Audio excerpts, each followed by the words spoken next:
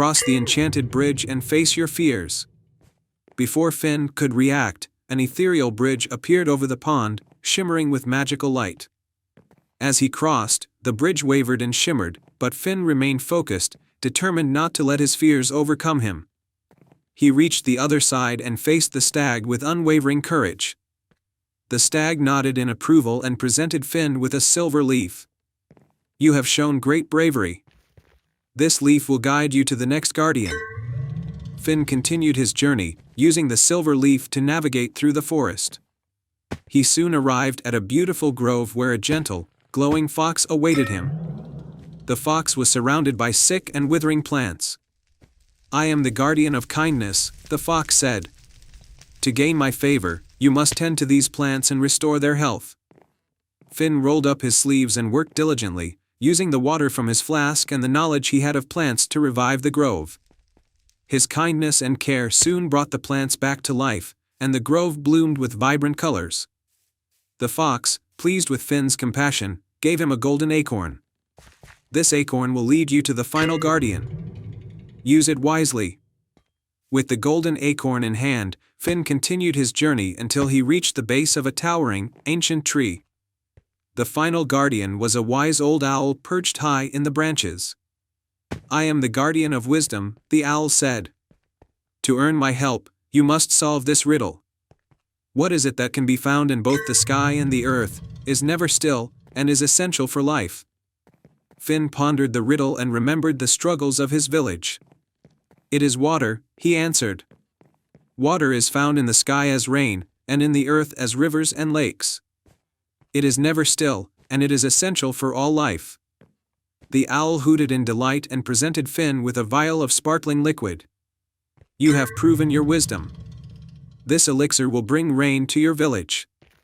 With the vial safely in his possession, Finn hurried back to Willowbrook. As he arrived, he poured the elixir into the dry, cracked fields. The sky darkened, and soon, gentle rain began to fall, soaking into the earth and revitalizing the land. The villagers rejoiced as their crops began to flourish once more, and the drought was lifted. Finn was celebrated as a hero, not only for his bravery but also for his kindness and wisdom. The Forest of Whispers remained a magical place, its secrets now a part of the village's history. And so, the village of Willowbrook thrived, and Finn's adventure became a cherished tale, reminding everyone of the power of courage, kindness, and wisdom. Once upon a time, in a small village surrounded by a dense forest, there lived a young girl named Kira.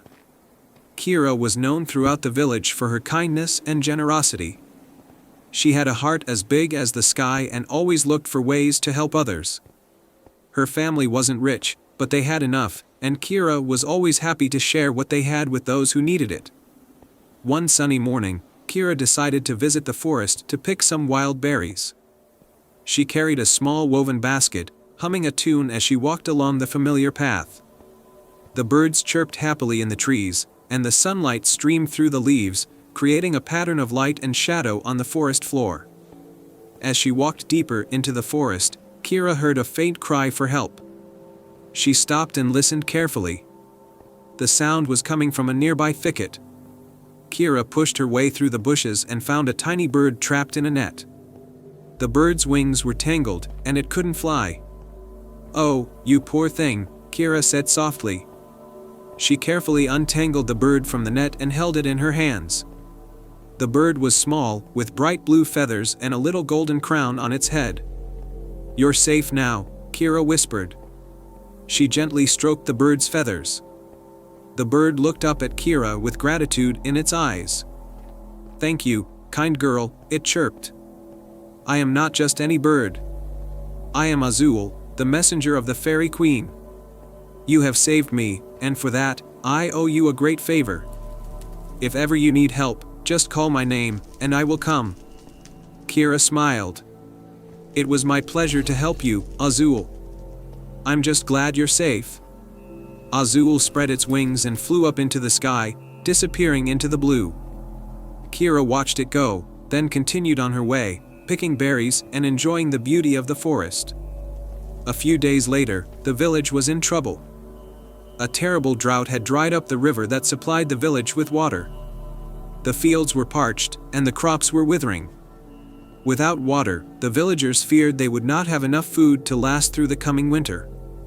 Kira's family, like everyone else, was struggling. Her parents worried about what they would do, but Kira remembered Azul's promise. She decided to go back to the forest and call for help. Kira walked to the edge of the forest and called out, "Azul, Azul, please come. The village needs your help." Within moments, Azul appeared, flying down from the sky and landing on Kira's shoulder. "What's wrong, kind Kira?" the bird asked. "Our village is suffering from a drought," Kira explained. "The river has dried up, and we have no water for our crops. Can you help us?" Azul nodded. "Follow me," it said. The bird took off, flying deeper into the forest. Kira followed, running as fast as she could to keep up. They soon reached a clearing with a large, ancient tree at its center. The tree's roots were twisted and gnarled, and its trunk was covered in moss. "This is the tree of life," Azul explained. "It has the power to bring water to the land, but it has been neglected for many years. We need to wake it up." "How do we do that?" Kira asked. "You must sing to it," Azul said. "Sing with all the love and hope in your heart, and the tree will hear you." Kira took a deep breath and began to sing. She sang a simple melody, a song her mother used to sing to her when she was a child. Her voice was clear and sweet, and as she sang, the leaves of the tree began to rustle. A soft breeze stirred the air, and the ground trembled slightly beneath her feet. Suddenly, water began to flow from the base of the tree, trickling at first, then gushing in a strong stream. The water was clear and cool, sparkling in the sunlight. It flowed into a small pond and then trickled into a stream that wound its way toward the village. Kira stopped singing, amazed by what she had done. "Thank you, Azul," she said, turning to the little bird. "You saved our village." "No, Kira," Azul replied. "You saved the village. Your kindness and your voice brought the tree back to life. Never forget the power of a kind heart." Kira watched as the water flowed from the tree, filling the stream and making its way back to the village. She followed the stream, feeling a sense of joy and relief. When she reached the village, the people were gathered around the stream, cheering and laughing as the water flowed back into the riverbed. "Kira, you did it," her mother cried, rushing to hug her. "You brought the water back." Kira smiled and hugged her mother tightly. "I had help," she said, glancing up to see Azul perched on a tree branch, watching over them. The village celebrated that night with a great feast. The crops began to grow again, and soon the fields were green and lush. The river flowed strong and clear, and there was plenty of water for everyone. Kira never forgot Azul's words. She continued to be kind and helpful, always ready to lend a hand or a listening ear. And whenever she saw a bird with bright blue feathers and a golden crown, she would smile, knowing that her friend was never far away.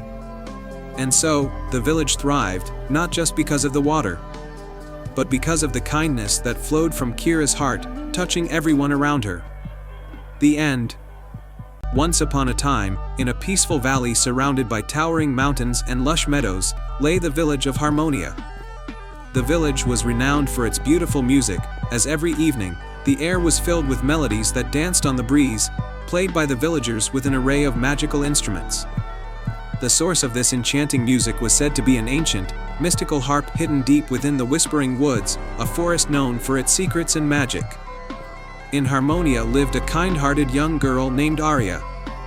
Arya was gifted with a beautiful voice and a deep love for music, but she had always longed to play the mystical harp herself. The villagers spoke of how the harp's music could heal hearts and bring joy to anyone who listened, but it had been years since anyone had ventured into the Whispering Woods to seek it out. One autumn day, Arya decided it was time to discover the truth about the harp and its magic. With the blessing of her family and a heart full of hope, she set off toward the Whispering Woods. The forest was a maze of ancient trees and winding paths, but Arya was determined to find the harp. As she ventured deeper into the forest, Arya noticed the trees seemed to hum with a gentle rhythm, and the leaves rustled in harmony. It felt as though the forest itself was alive with music. After walking for hours, she came upon a wise old owl perched on a low branch. "Greetings, traveler," the owl said in a soft, soothing voice. "I am Orin, the guardian of the Whispering Woods. To find the enchanted melody, you must complete 3 tasks, each one revealing the heart of the harp's magic." Arya nodded eagerly. "I'm ready." "What are the tasks?" Orin explained the tasks. 1. The task of echoes. Find the crystal cavern and use your voice to unlock its hidden chamber. 2. The task of harmony. Restore the broken musical notes scattered across the glade of whispers. 3. The task of reflection. Solve the riddle of the mirror pond to reveal the path to the harp. Arya thanked Orin and set off on the first task. She followed a path that led her to the entrance of the crystal cavern, a glittering cave filled with radiant crystals. As she stepped inside, she was enveloped in a symphony of echoes. The walls of the cavern seemed to sing back every sound. Arya took a deep breath and began to sing a beautiful, clear note. The echoes harmonized with her voice, and the cavern walls glowed brighter with each note. Her song resonated with the crystals, and a hidden chamber revealed itself behind a shimmering curtain of light. Inside, she found a glowing crystal that seemed to pulse with the rhythm of her song. The second task took Arya to the Glade of Whispers, a meadow filled with magical, floating musical notes. Some notes were broken, and their melodies were fragmented. Arya carefully collected the broken notes and used her intuition and musical skill to restore them. She arranged them into a complete melody, and as she played the restored tune, the notes danced in the air and formed a harmonious symphony. The glade came alive with music, and the melodies flowed smoothly once more. For the final task, Arya arrived at the mirror pond, a serene, reflective pool surrounded by glowing fireflies. In the center of the pond was a large, ornate mirror that shimmered in the moonlight. On the mirror's surface was a riddle: "I show you what's behind and what is ahead, but I am not a guide, though you follow my thread." What am I? Arya pondered the riddle, her reflection rippling in the water. She realized that the mirror was a reflection of herself, revealing not just the present but the journey she had undertaken. With this understanding, she spoke aloud, "The answer is a reflection." The mirror's surface rippled and then cleared, revealing a hidden path that led to the heart of the Whispering Woods. At the end of the path stood the enchanted harp, bathed in a soft, golden light. With reverence, Arya approached the harp and gently plucked its strings. The music that flowed from the harp was unlike anything she had ever heard, pure, melodious, and filled with a magical warmth that seemed to embrace her very soul. The enchanted harp's music spread throughout the Whispering Woods, carrying its magic beyond the forest. As Arya played, the villagers of Harmonia felt the harp's enchantment, and their own music became even more beautiful and uplifting. Arya returned to the village, her heart full of joy. She shared her experience and the harp's melody with the villagers, who celebrated her bravery and musical gift. The enchanted harp became a treasured symbol of hope and harmony for all, and Arya continued to play its music, spreading joy and healing throughout the land. And so, the village of Harmonia thrived under the enchanting melodies of the harp, and Arya's name became synonymous with the magic of music and the courage to seek the unknown. The enchanted melody. Once upon a time, in a peaceful village nestled among rolling hills and blooming meadows, there was a young girl named Eliza who had a remarkable gift. She could play the violin with such grace and beauty that anyone who heard her music felt as though they were transported to a world of magic and wonder. Eliza's violin was no ordinary instrument. It had been passed down through her family for generations. It was said to have been crafted by a legendary musician who had enchanted it with a melody so powerful that it could touch the hearts of even the most hardened souls. The villagers adored Eliza's music and would gather around her every evening to listen to her play. One evening, as Eliza played a particularly beautiful tune by the edge of the village's serene lake, a mysterious figure appeared. It was an elderly man with a long, silver beard and twinkling eyes, dressed in a cloak that seemed to shimmer with every color of the sunset. "Good evening, young musician," the man said, his voice as gentle as a breeze. "I am called Master Orion, and I have heard of your extraordinary talent." I have come to ask for your help." Eliza was intrigued. "What can I do for you, Master Orion?"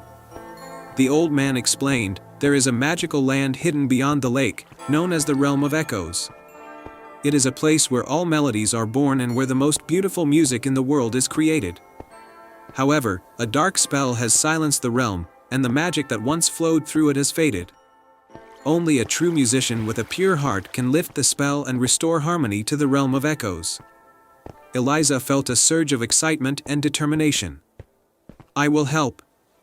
How do I get to this realm?" Master Orion handed her a silver compass with intricate designs. "This compass will guide you across the lake and into the realm. Follow its direction and play your music with all your heart." With a sense of purpose, Eliza took the compass and set out towards the lake. The moonlight reflected off the water, creating a path of shimmering light. As she crossed the lake in a small boat provided by Master Orion, she noticed the water growing still and the air becoming thick with magic. The boat reached a small, mist-covered island, and Eliza followed the compass, which led her to a hidden entrance covered with vines and flowers. As she stepped through the entrance, she found herself in the Realm of Echoes. The land was beautiful but eerily silent, with trees that seemed to have lost their color and flowers that were no longer vibrant. In the heart of the realm stood an ancient, towering tree with branches that seemed to stretch endlessly into the sky. The tree's trunk was adorned with glowing runes that pulsed faintly. Eliza approached the tree, her heart filled with both hope and trepidation. As she drew her violin from its case, she noticed a strange and heavy silence that seemed to weigh upon her. She took a deep breath, positioned her bow, and began to play. She poured all of her emotions into the music, her joy, her sadness, her hope. The notes she played were gentle and soothing, yet they carried a profound depth. As the music flowed, the once dull colors of the realm began to come alive. The flowers bloomed in brilliant hues, the trees regained their lush green, and the air became filled with the sweet scent of blossoms. The ancient tree's runes glowed brighter, and a soft, melodious harmony joined her music, as if the realm itself was singing along. Eliza played on, her melody weaving through the land, awakening the magic that had been dormant for so long. The ground beneath her feet seemed to hum with life, and a warm, golden light spread throughout the realm. When she finished playing, the Realm of Echoes was transformed. The land was now vibrant and full of life, and the air was filled with a symphony of harmonious sounds.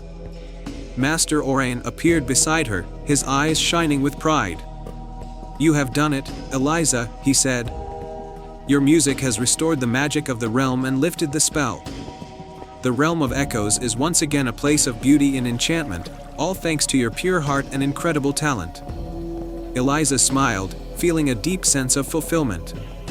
"Thank you for guiding me here and giving me this opportunity. It has been an honor to bring this place back to life."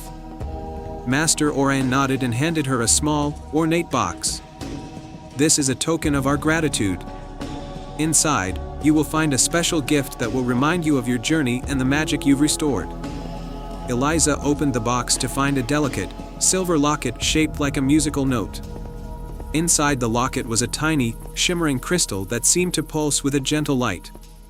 "This locket will hold the essence of your music and the magic of the Realm of Echoes," Master Orion explained. "Whenever you need inspiration or wish to remember this land, it will remind you of the magic within you."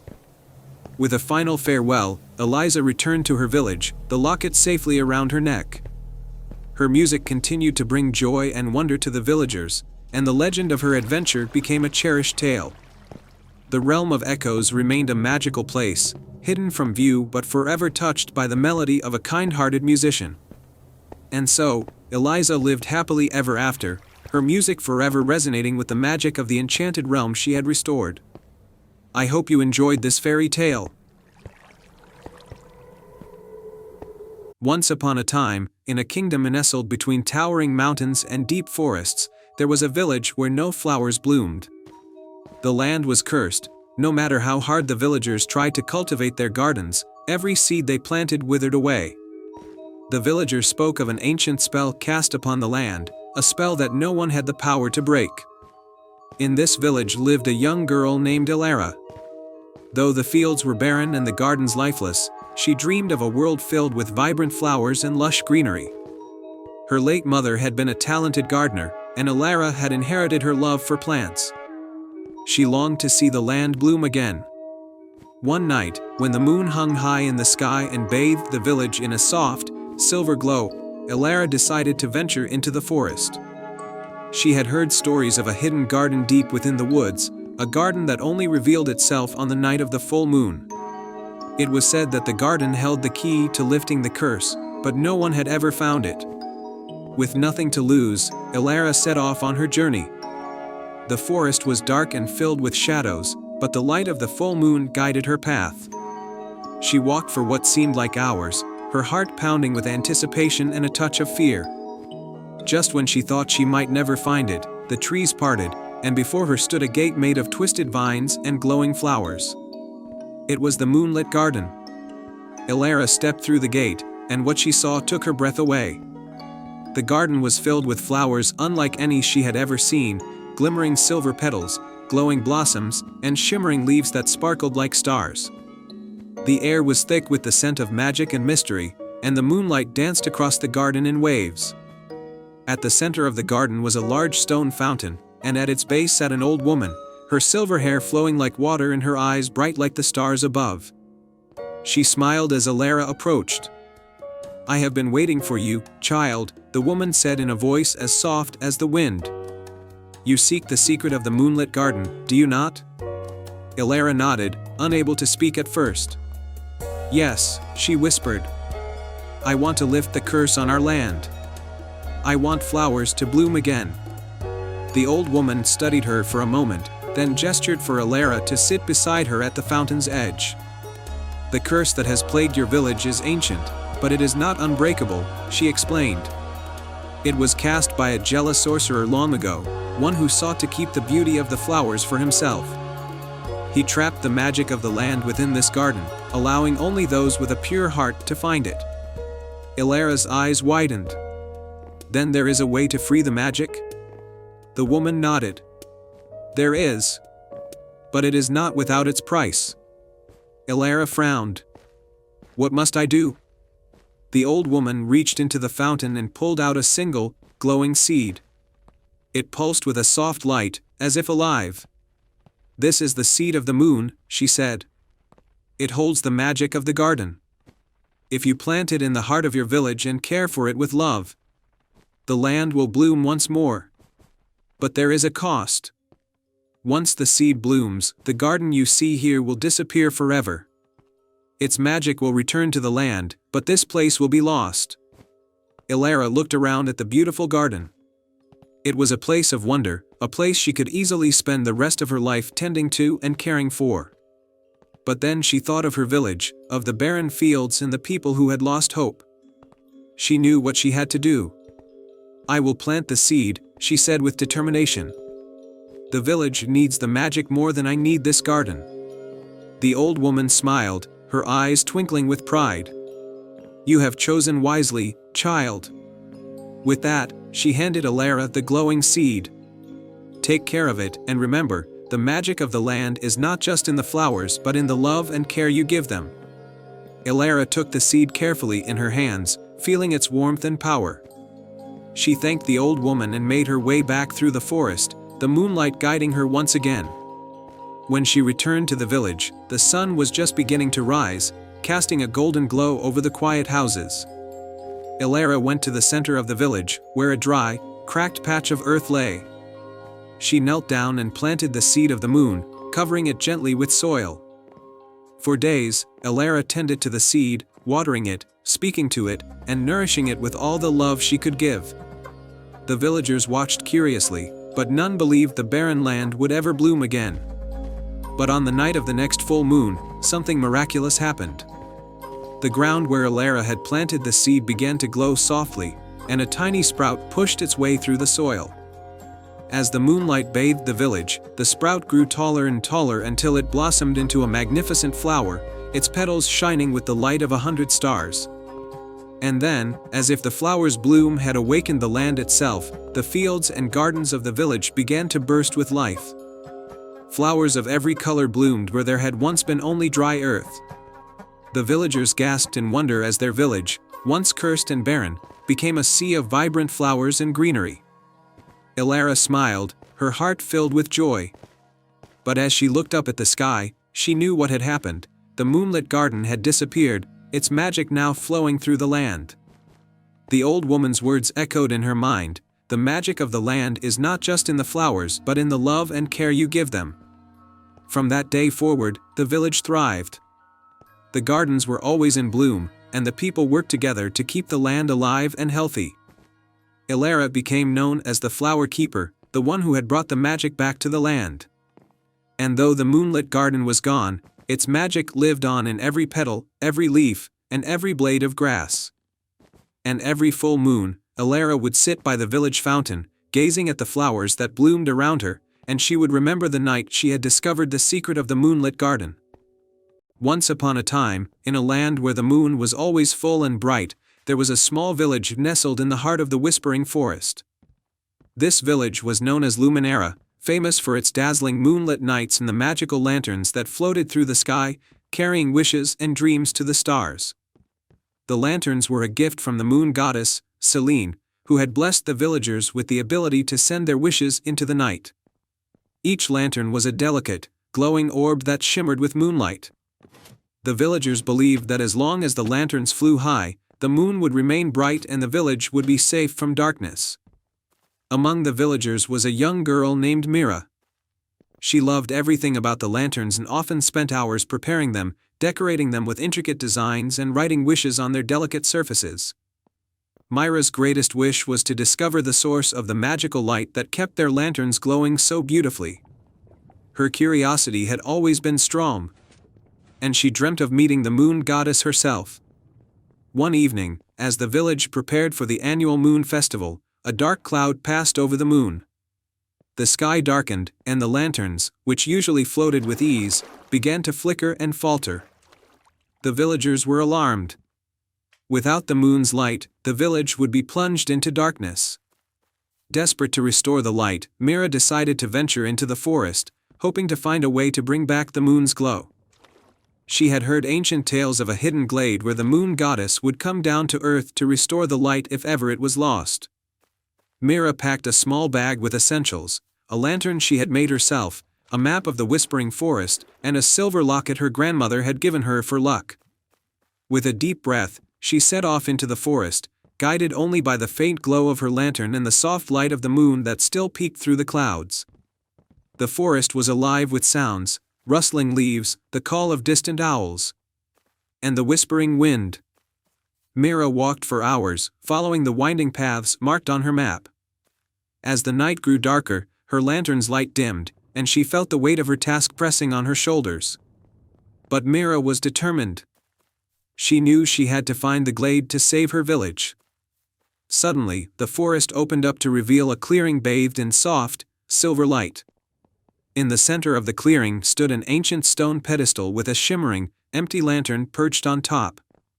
Mira approached cautiously, her heart racing with hope. "Welcome, Mira," a gentle voice echoed through the clearing. Mira turned to see a figure bathed in moonlight, Selene, the moon goddess herself. Her presence was both serene and powerful, her long hair flowing like the light of the moon. "I'm here to restore the light," Mira said, her voice trembling slightly. "The lanterns are fading, and the village is in darkness." Selene smiled warmly. "You have a brave heart, Mira. The lanterns draw their light from the very essence of the moon. But tonight, the light has been dimmed by a shadow that has stolen the moon's radiance. Only someone pure of heart can help us find it and restore the balance." The moon goddess then handed Mira the empty lantern from the pedestal. "This lantern holds the essence of the moon. You must fill it with moonlight by finding the lost piece of the moon that was taken by the shadow."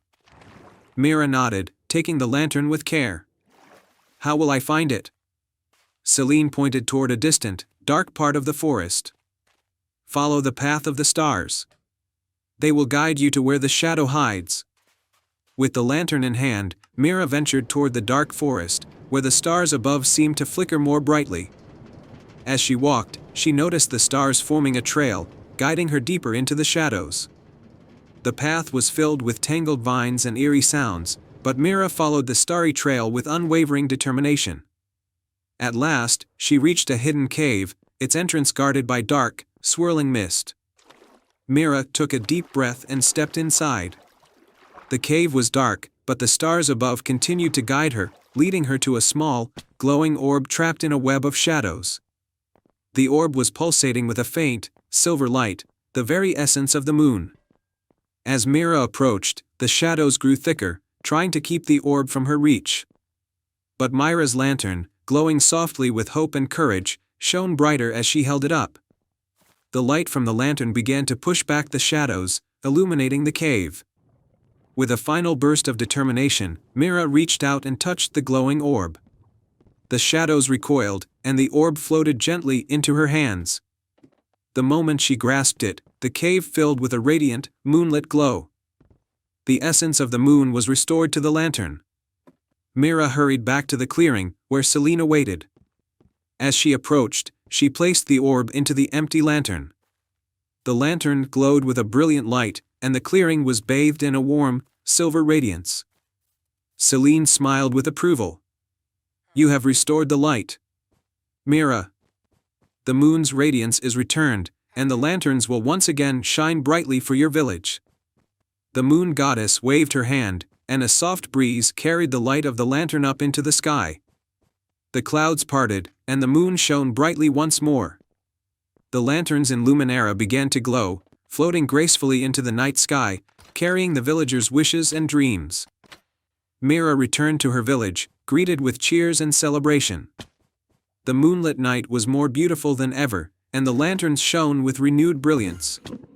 Mira's bravery and pure heart had saved the village, and she had fulfilled her greatest wish. She had met the moon goddess and restored the light. From that night on, Mira was known not just as a village girl, but as the keeper of the lanterns, a symbol of hope and courage for all who looked up at the moonlit sky.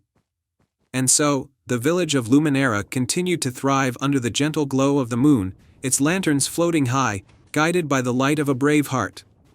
And they all lived happily ever after. Once upon a time, in a land where the sky was always painted with the soft hues of dawn and dusk, there lay a hidden valley called Starlight Glade. This valley was a magical place where flowers glowed under the moonlight and the air was filled with the scent of sweet dreams.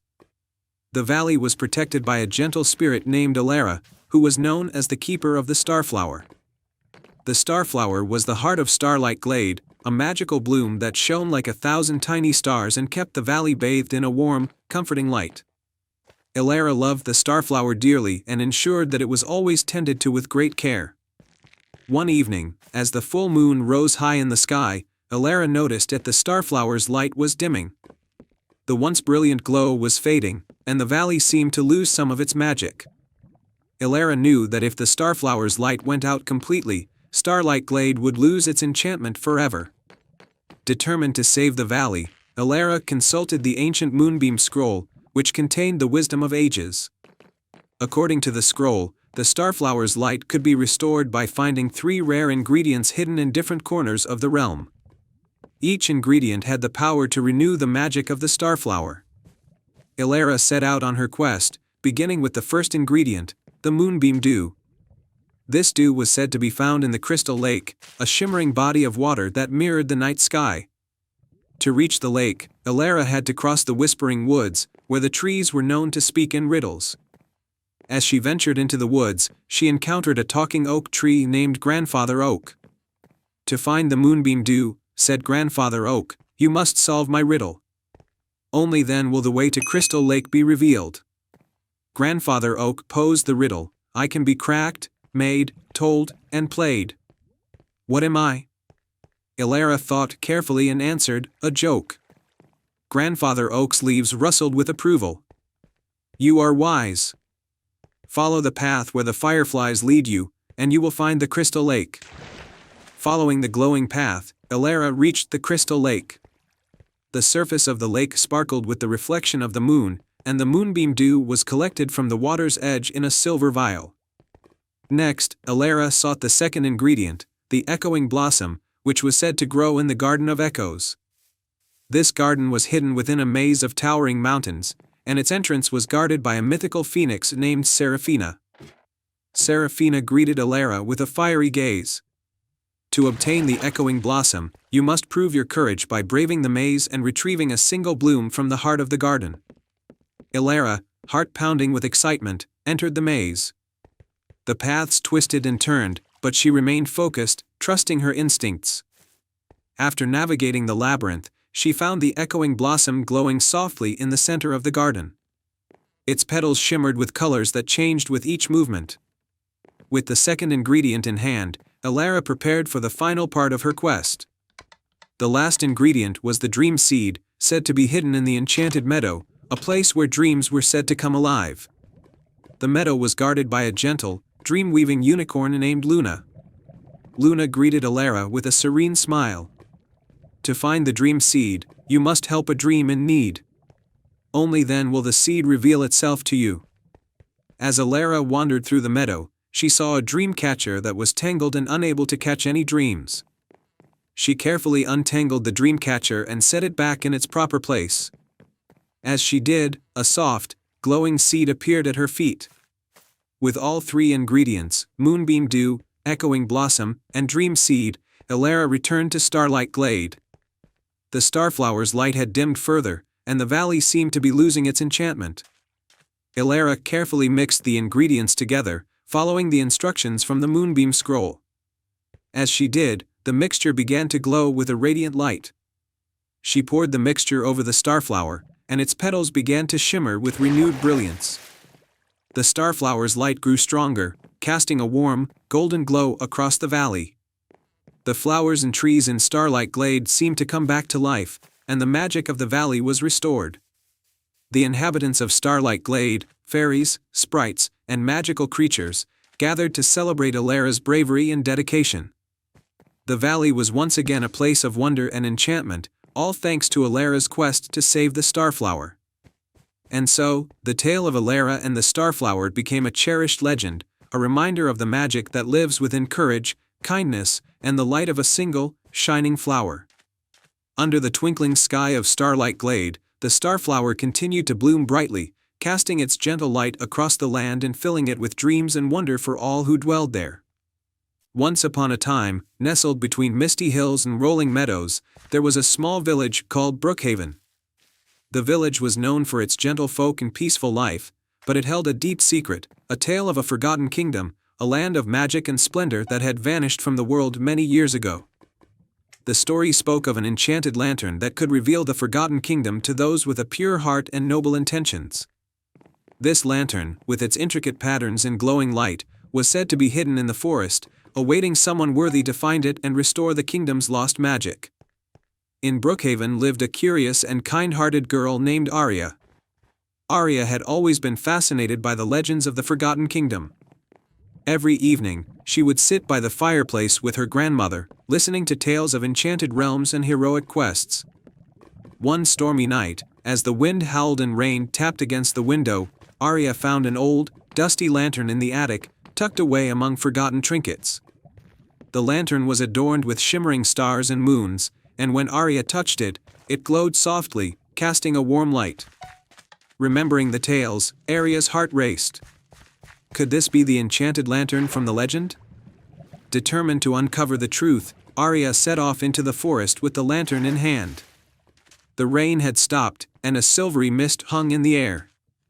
Guided by the lantern's soft glow, she ventured deeper into the forest than she had ever gone before. After hours of walking, Arya arrived at a clearing where the lantern's light grew brighter, revealing an ancient archway covered in ivy and moss. The archway led to a hidden path that shimmered with magical energy. Arya stepped through the archway, and the world around her seemed to change. The forest gave way to a breathtaking landscape of floating islands, glittering waterfalls, and sparkling meadows. She had found the Forgotten Kingdom. As Arya explored the kingdom, she noticed that it was both beautiful and desolate, as if time had stood still. The kingdom's magic seemed dormant, and its enchanting creatures were nowhere to be seen. At the heart of the kingdom stood a grand palace, its spires reaching towards the sky and its halls echoing with silence. Inside the palace, Arya encountered a regal figure, a queen with a crown of starlight and eyes like the night sky. The queen introduced herself as Queen Lyra, the last ruler of the Forgotten Kingdom. "Welcome, brave Arya," Queen Lyra said with a voice that was both melancholy and hopeful. "You have found our kingdom and awakened the lantern's magic. To restore our land's enchantment, you must complete 3 tasks. Each task will test your heart and spirit." Arya nodded, ready to take on the challenge. "What must I do?" Task 1, the Withered Garden. Queen Lyra led Arya to a once vibrant garden where flowers had withered and trees stood barren. The garden's magic had been lost due to a curse of sadness. To restore the garden, Arya had to plant a special seed and care for it with love and patience. She found the seed in a golden pouch and planted it in the center of the garden.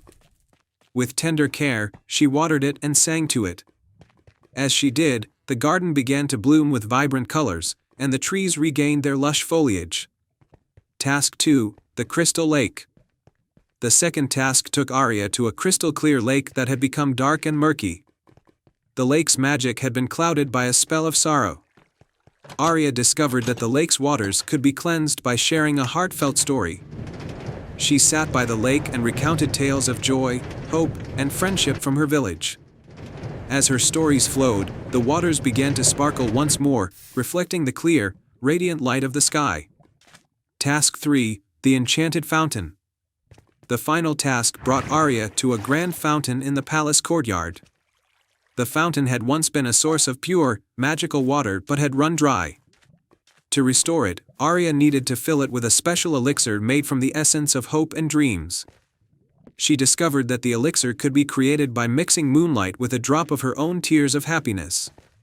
Arya collected moonlight in a crystal vial and added a single tear. When she poured the elixir into the fountain, it began to flow with shimmering, magical water. With all tasks completed, the Forgotten Kingdom's magic was fully restored.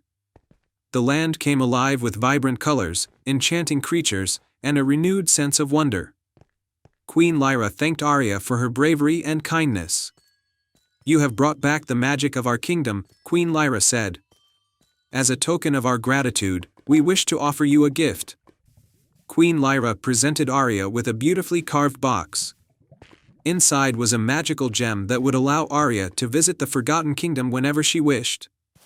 The gem's light would guide her back to the land of enchantment. Arya returned to Brookhaven, her heart filled with joy and wonder.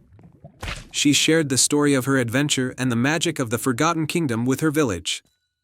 The enchanted lantern was placed in a special place, and the tale of Arya's bravery and the kingdom's revival became a cherished legend in Brookhaven. And so, the legend of the Enchanted Lantern and the Forgotten Kingdom lived on, a reminder that even the most hidden magic could be discovered by those with a pure heart and a spirit of adventure. The kingdom flourished once more, and its beauty was shared with the world, inspiring future generations to seek out their own wonders and embrace the magic within their hearts. Once upon a time, in a land where the sun set in colors of gold and the moon rose in hues of silver, there was a beautiful kingdom nestled beside a serene lagoon. This lagoon was known as the Moonlit Lagoon, famed for its shimmering waters that sparkled like stars under the moonlight. In this kingdom lived a kind and curious young girl named Lila. Lila loved to explore the natural wonders around her home, and she often visited the lagoon to marvel at its beauty. One night, while sitting by the water's edge, Lila noticed something unusual. A star had fallen into the lagoon, and its light was dimming. Concerned, Lila waded into the lagoon to retrieve the star. As she reached for it, a gentle voice spoke from the water. "If you wish to save the star, you must embark on a journey to restore its light. The star's magic is needed to keep the moon shining brightly." Determined to help, Lila agreed to the quest. The voice guided her to an ancient map that revealed the locations of 3 magical objects needed to restore the star's light. The objects were hidden in 3 distant places: the Crystal Cavern, the Enchanted Forest, and the Tower of Echoes. With the map in hand, Lila set off on her adventure. Her first destination was the Crystal Cavern, a mystical cave known for its dazzling crystals. As she entered the cavern, the crystals illuminated the dark, revealing a labyrinth of shimmering paths. At the heart of the cavern was a magnificent crystal pedestal with a glowing orb. However, the orb was guarded by a wise old dragon named Bramble. The dragon spoke in a deep, rumbling voice, "To claim the orb, you must answer a riddle. Only then will you prove yourself worthy." Lila listened carefully as Bramble posed the riddle. "I speak without a mouth and hear without ears. I have no body, but I come alive with wind. What am I?" Lila thought for a moment, recalling the many things she had seen and heard in her travels. "An echo," she answered confidently. Bramble's eyes twinkled with approval, and he allowed Lila to take the glowing orb. "You have shown wisdom. The orb will guide you on your journey." With the orb safely in her possession, Lila continued her quest, traveling to the enchanted forest. The forest was a magical place where the trees whispered secrets and the air was filled with sparkling fireflies. At the center of the forest was a grand tree with golden leaves and a hidden grove beneath its roots. In the grove, Lila found a golden acorn guarded by a playful fairy named Pippa. Pippa fluttered around Lila, saying, "To gain the acorn, you must perform a task of kindness. Only then will you prove your heart is true." Lila looked around and saw that the grove was in disarray, with fallen leaves and tangled vines. She began to clean and organize the area, arranging the leaves and untangling the vines. As she worked, Pippa watched with a smile. Once the grove was neat and beautiful, Pippa clapped her tiny hands. "You have shown kindness and care. The golden acorn is yours to take." Lila thanked Pippa and continued her journey to the final destination. The Tower of Echoes. The tower was a tall, ancient structure that resonated with mysterious sounds. Inside, Lila found a staircase leading to the top, where a mystical harp was placed on a pedestal. A graceful, ethereal figure appeared, an elegant spirit named Lyra. Lyra spoke softly, "To obtain the harp, you must play a melody from your heart. Only then will you prove your inner harmony." Lila approached the harp and began to play. She poured all her emotions into the melody, creating a tune filled with hope, joy, and compassion. The harp strings glowed with a radiant light, and Lyra's eyes shone with approval. "You have played beautifully," Lyra said. "The harp is yours, and it will help restore the star's light." With all three magical objects, the glowing orb, the golden acorn, and the harp, Lila returned to the moonlit lagoon. As she approached, the star's light was faint and flickering. Lila placed the orb, the acorn, and the harp near the star. The objects began to glow and pulse with magic. The star's light grew brighter, and soon it was shining as brightly as it had before. The moon above the lagoon also seemed to shine with renewed brilliance. The voice from the lagoon spoke again, "Thank you, brave Lila. You have restored the star's light and ensured the moon's glow will continue to guide the night. Your courage, wisdom, kindness, and harmony have saved the moonlight." Lila felt a warm sense of accomplishment and joy. The lagoon's waters sparkled more beautifully than ever, and the kingdom celebrated Lila's bravery and success. The moonlit nights became even more magical, and the legend of Lila's quest was told for generations. And so, Lila lived happily in her beautiful kingdom, always remembering the adventure that had taught her the true magic of courage, wisdom, kindness, and harmony. The end. The Whispering Glade. Once upon a time, in a land where emerald forests stretched as far as the eye could see, there was a hidden glade known as the Whispering Glade. This enchanted place was said to be protected by ancient magic, and only those with a pure heart could find it. Legends told that the glade held the secrets to healing and happiness. In the nearby village of Fernwood, there lived a gentle young woman named Eloan. Eloan was beloved in her village for her kindness and her gift for tending to the sick and injured. But lately, Fernwood had fallen under a dark cloud of sadness, as a mysterious illness had begun to affect the villagers, leaving them weak and weary. One evening, as Eloan sat by her window, she heard a soft, melodious whisper on the wind. The whispers seemed to call her name, urging her to seek the Whispering Glade. Determined to find a cure for her village, Eloan decided to follow the mysterious call. With a small satchel of supplies, bread, a flask of water, and a warm cloak, Eloan set out into the forest. The trees were tall and majestic, their leaves rustling with secrets. She followed a narrow path, which seemed to guide her deeper into the woods. The air grew cooler, and the forest became quieter, until only the sound of her footsteps could be heard. After hours of walking, Eloan stumbled upon a large, ancient oak tree with a hollow trunk. Inside the hollow was a delicate, glowing flower. As she reached out to touch it, a gentle voice spoke from the tree. "Welcome, brave Eloan. To enter the Whispering Glade and find the cure for your village, you must complete 3 tasks. Each task will reveal a truth about yourself and your heart." Eloan nodded, ready to face whatever challenges lay ahead. The first task led her to a clearing where a magical spring bubbled with crystal-clear water. Beside the spring lay a golden cup, and a riddle was inscribed on a nearby stone: "I have cities, but no houses. I have mountains, but no trees.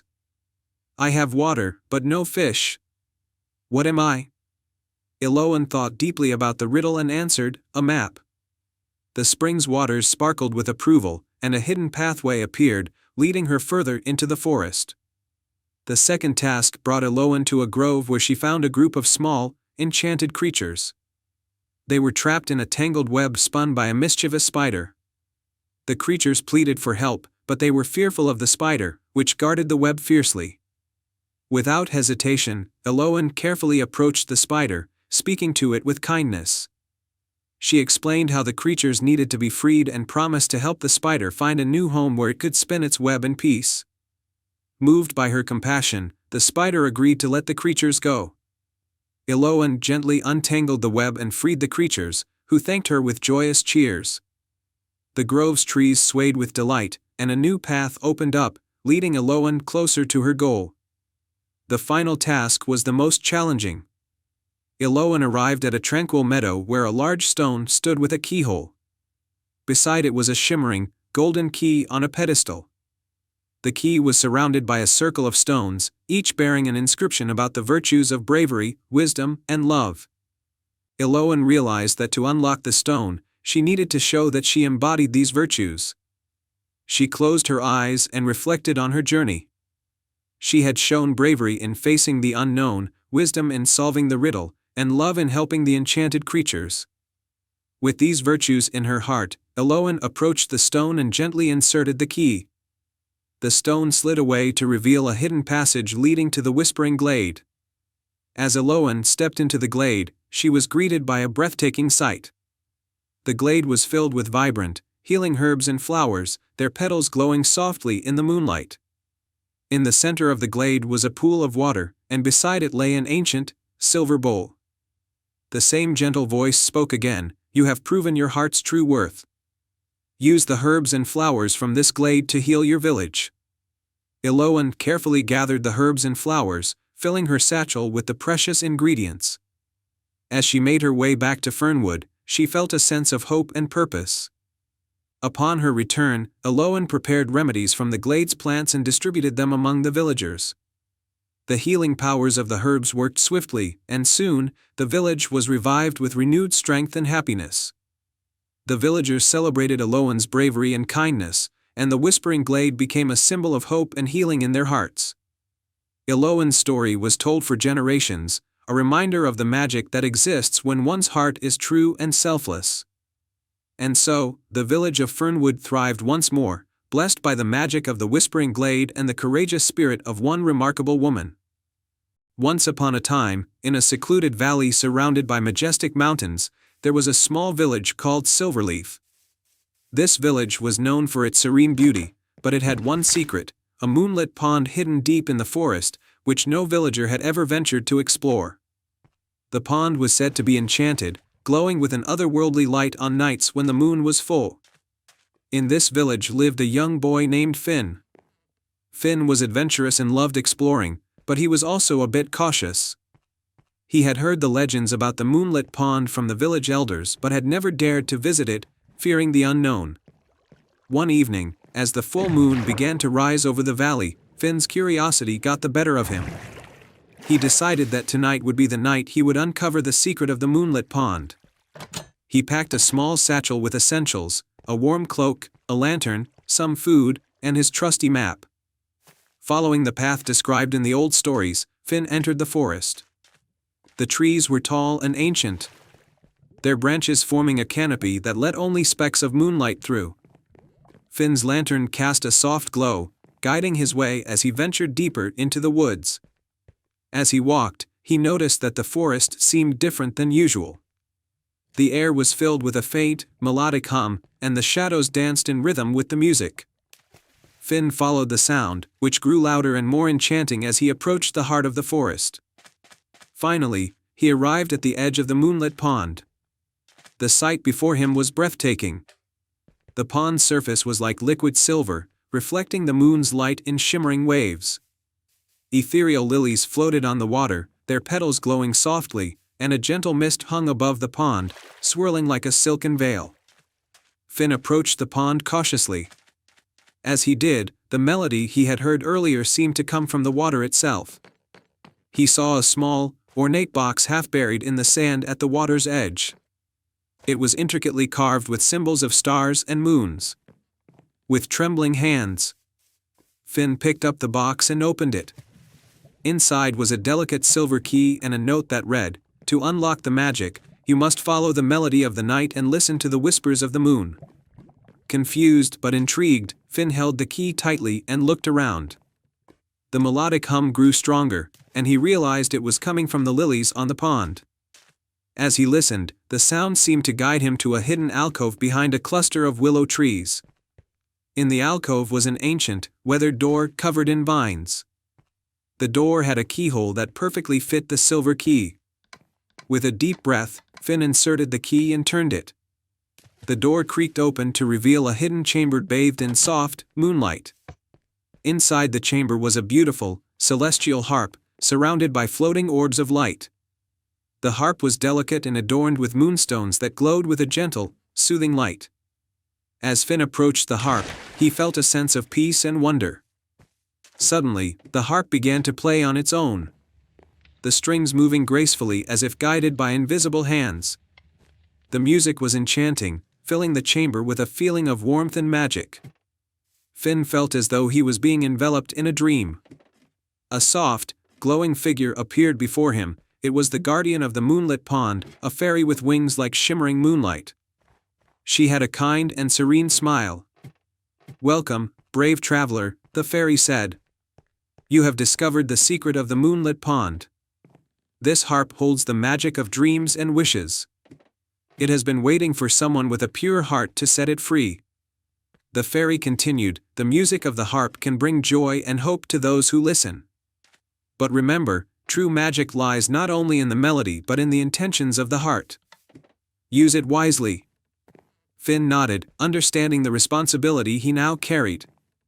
The fairy blessed him and the harp, and with a wave of her hand, the chamber was filled with a brilliant light. When the light faded, Finn found himself back at the pond with the harp in his hands. With great care, Finn returned to the village, carrying the celestial harp. The villagers gathered around him, eager to hear about his adventure. As he played the harp, its magical music filled the village with a sense of wonder and peace. The melodies brought comfort, joy, and inspiration to everyone who listened. From that night on, the moonlit pond and its enchanted harp became a cherished part of Silverleaf. The villagers celebrated the magic of the harp, and Finn's bravery was remembered as a testament to the power of curiosity, courage, and the magic of the heart. And so, the moonlit pond continued to glow with a soft, silver light, its secrets shared with all who believed in the magic of dreams and the beauty of the night. Once upon a time, in a village nestled between rolling hills and a shimmering lake, lived a young girl named Lila. Lila had the most beautiful garden in the entire village. Her garden was filled with flowers of every color imaginable, roses as red as rubies, tulips as yellow as the sun, and violets as deep as the ocean. People came from far and wide to see her garden, amazed by its beauty and the sweet fragrance that filled the air. Lila's secret was simple: she loved her garden with all her heart. She spent hours each day tending to her flowers, talking to them as if they were her friends, and singing sweet melodies that made them bloom even brighter. But there was one part of her garden that was different. In the center, there was a small patch of bare earth, surrounded by a ring of stones. No matter how much Lila tried, nothing would grow there. One day, as Lila was working in her garden, an old woman appeared at the gate. She was dressed in rags, and her hair was as white as snow. Her eyes sparkled with a mysterious light. "Good day, dear child," the old woman said with a kind smile. "I have traveled far and wide, and I am tired. May I rest in your beautiful garden?" Lila, always kind and generous, welcomed the old woman into her garden. She offered her a seat in the shade and brought her cool water to drink. As the old woman rested, she watched Lila work. "You have a gift, my child," she said. "Your garden is the most beautiful I have ever seen. But tell me, why is that patch of earth empty?" Lila sighed and looked at the bare spot. "I don't know," she said. "I have tried everything, but nothing will grow there. It's as if the earth has lost its magic." The old woman nodded thoughtfully. "Perhaps it's not the earth that needs magic, but the one who tends to it," she said mysteriously. She reached into her pocket and pulled out a tiny, glowing seed. It shimmered with all the colors of the rainbow, casting a soft light around it. "This is a seed from the enchanted garden of Lumina," the old woman explained. "It is a place where magic still lives, hidden from the eyes of the world. Plant this seed in the center of your garden, and you will see wonders beyond your imagination. But remember, magic requires more than just planting. It needs love, kindness, and a pure heart." Lila took the seed, feeling its warmth in her hand. She thanked the old woman, who smiled and quietly slipped away, disappearing down the road. That evening, as the sun set and the stars began to twinkle in the sky, Lila went to the center of her garden. She knelt on the ground, dug a small hole, and carefully planted the glowing seed. She covered it with earth and gently patted it down. Then, she stood and began to sing a lullaby, a sweet, soothing song her mother had sung to her when she was a child. As Lila sang, something incredible happened. The seed began to glow brighter and brighter. A soft light spread from the ground, illuminating the garden with a magical glow. The bare patch of earth started to transform. Tiny shoots sprouted from the soil, growing taller and stronger with each note of Lila's song. Within moments, a magnificent tree stood in the center of the garden. Its branches were covered in blossoms that sparkled like stars, and its leaves shimmered with a golden hue. The tree's beauty was beyond words. It was unlike anything Lila had ever seen. But as she gazed at the tree, she noticed something even more wonderful. The tree's blossoms began to drift down like snowflakes, and wherever they touched the ground, flowers bloomed, flowers of every color, size, and shape. They spread across the garden, filling the air with the sweetest fragrance. The garden was more vibrant and alive than ever before. News of Lila's magical garden spread quickly. People from distant lands came to see the wonder for themselves. They marveled at the glowing tree and the endless sea of flowers that surrounded it. They spoke of the girl with the pure heart who had brought magic back to the land. Lila welcomed everyone with open arms, sharing her garden's beauty and joy. One day, a young boy from the village came to see Lila's garden. His name was Finn, and he had always been quiet and shy. He had never seen anything as beautiful as Lila's garden. As he stood there, watching the petals float down like snow, a single tear rolled down his cheek. Lila noticed him and approached. "Why are you sad?" she asked gently. Finn looked up at Lila, his eyes filled with sadness. "I am not sad," he said softly. "I am just overwhelmed. I have never seen such beauty. I have always felt alone and different, but here, I feel like I belong." Lila smiled and placed a hand on his shoulder. "You are not alone, Finn," she said. "This garden is for everyone. Its magic is not just in the flowers and the tree, but in the joy it brings to others. You are always welcome here." From that day on, Finn visited Lila's garden every day. He helped her tend to the flowers, sang songs with her, and together they made the garden even more beautiful.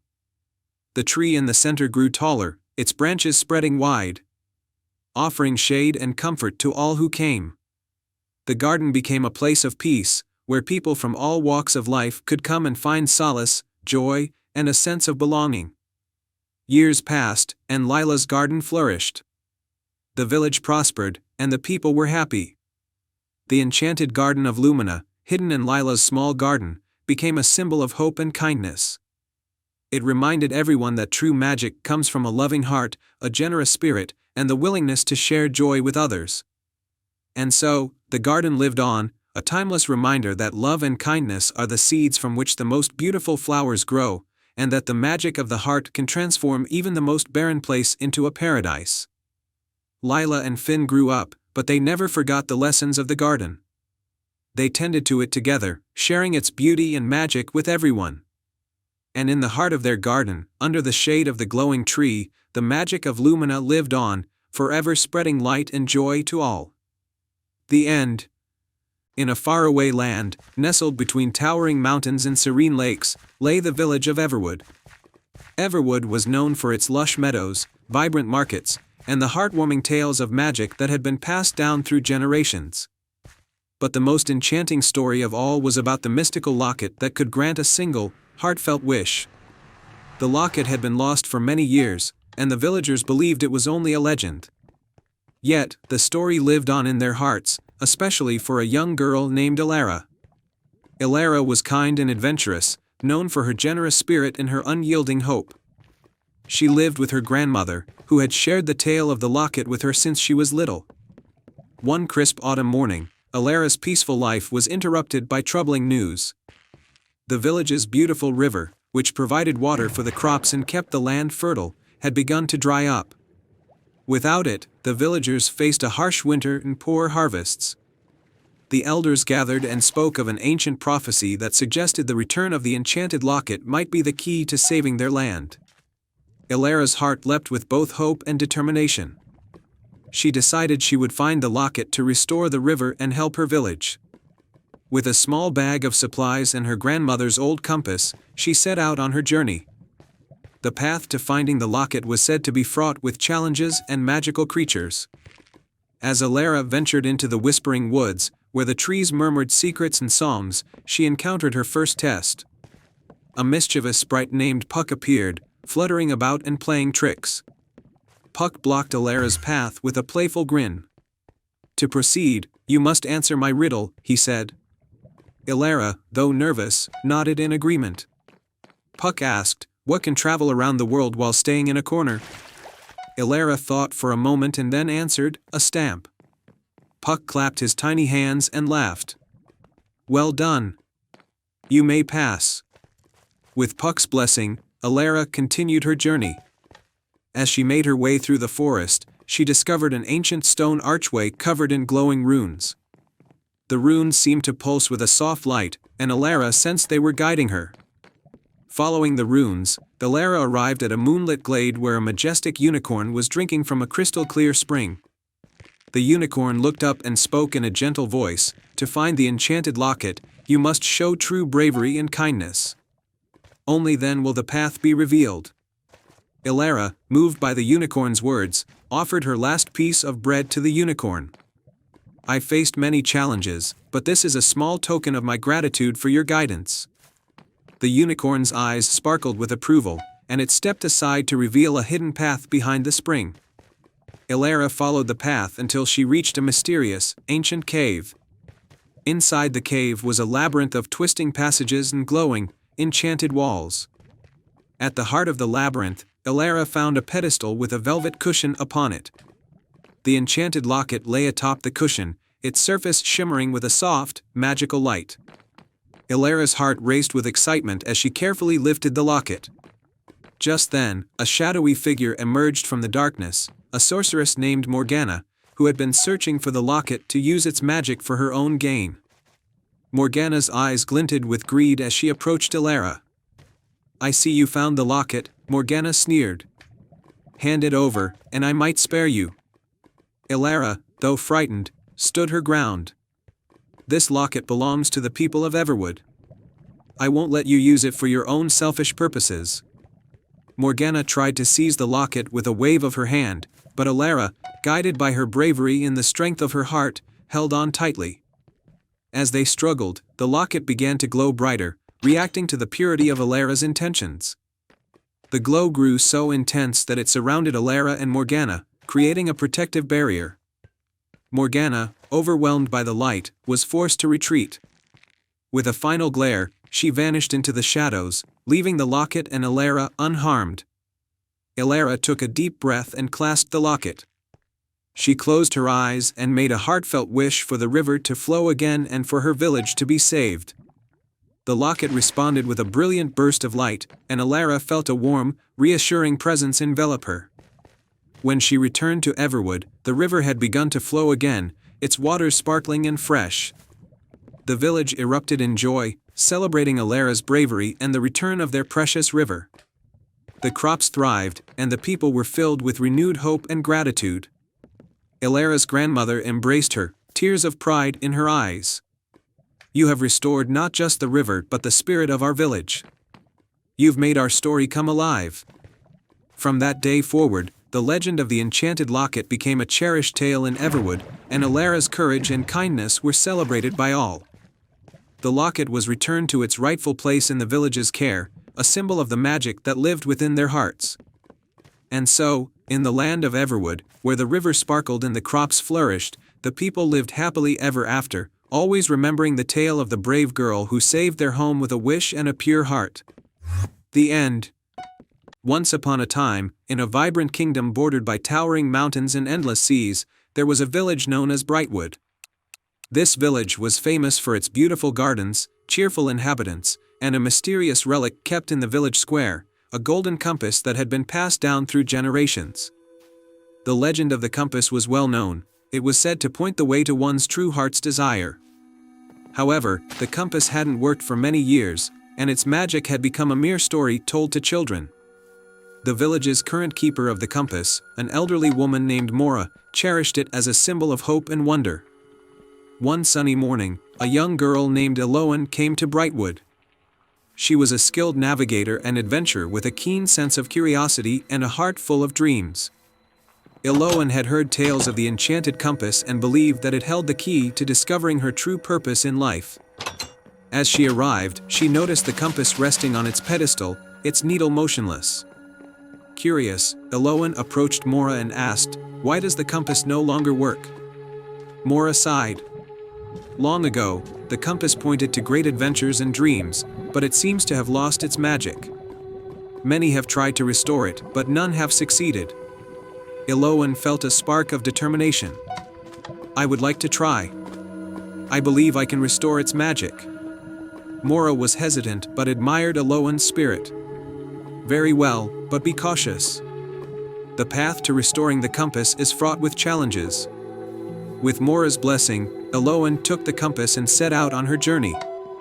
The compass's needle began to twitch, pointing towards the misty forest, a place rumored to be enchanted and filled with mystical creatures. As Eloan ventured into the misty forest, she encountered her first challenge, a mischievous group of woodland sprites who played tricks on travelers. The sprites surrounded her, laughing and darting around. To gain their trust, Eloan had to complete a task. She needed to retrieve a magical acorn that had been stolen and hidden by the sprites. Using her wits, Eloan devised a clever plan. She gathered berries and left them as a peace offering, gaining the sprites' favor. In return, the sprites revealed where the acorn was hidden. With the acorn in hand, Eloan continued her journey deeper into the forest.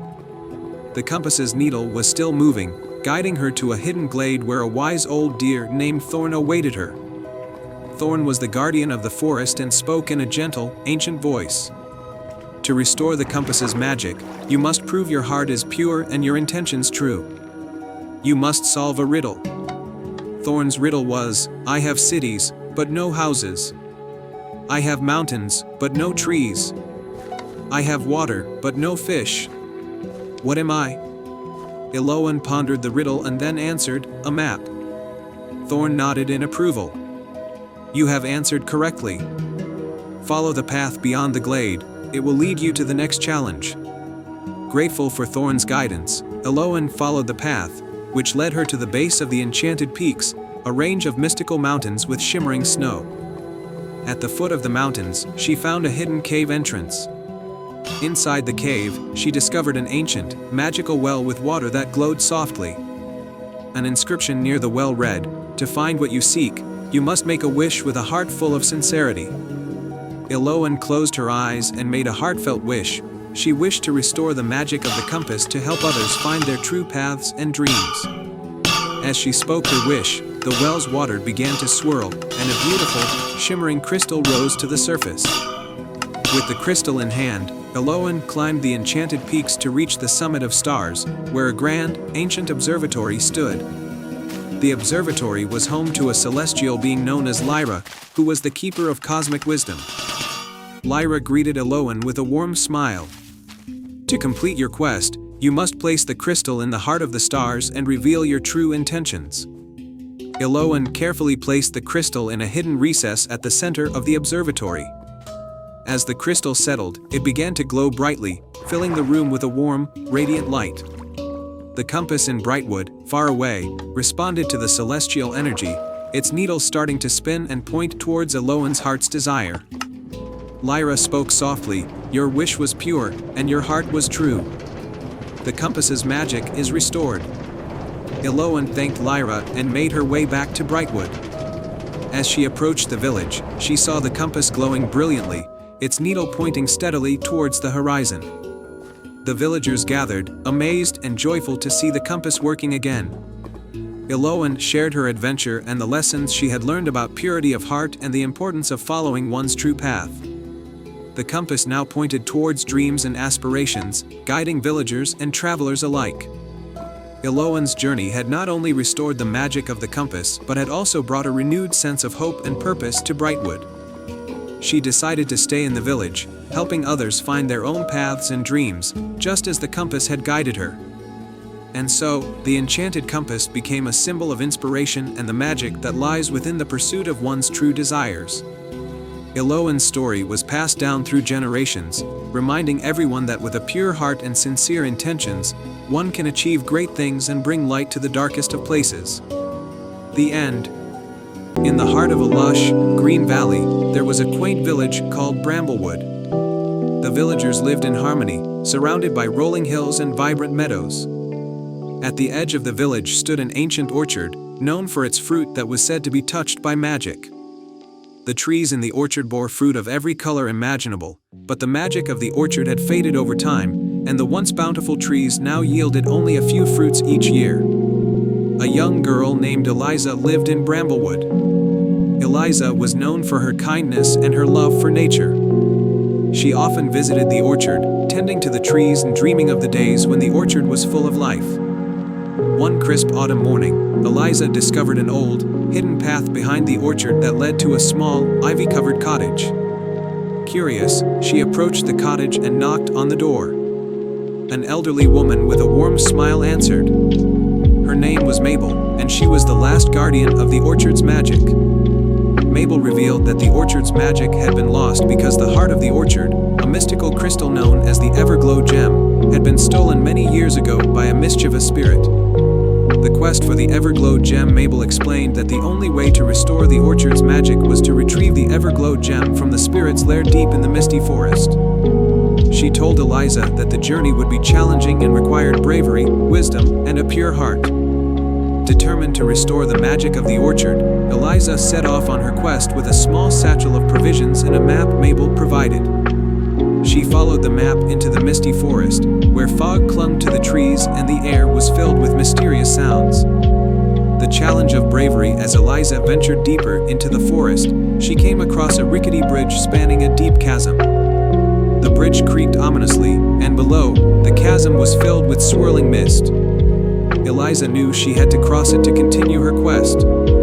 Taking a deep breath, Eliza carefully crossed the bridge, each step echoing through the chasm.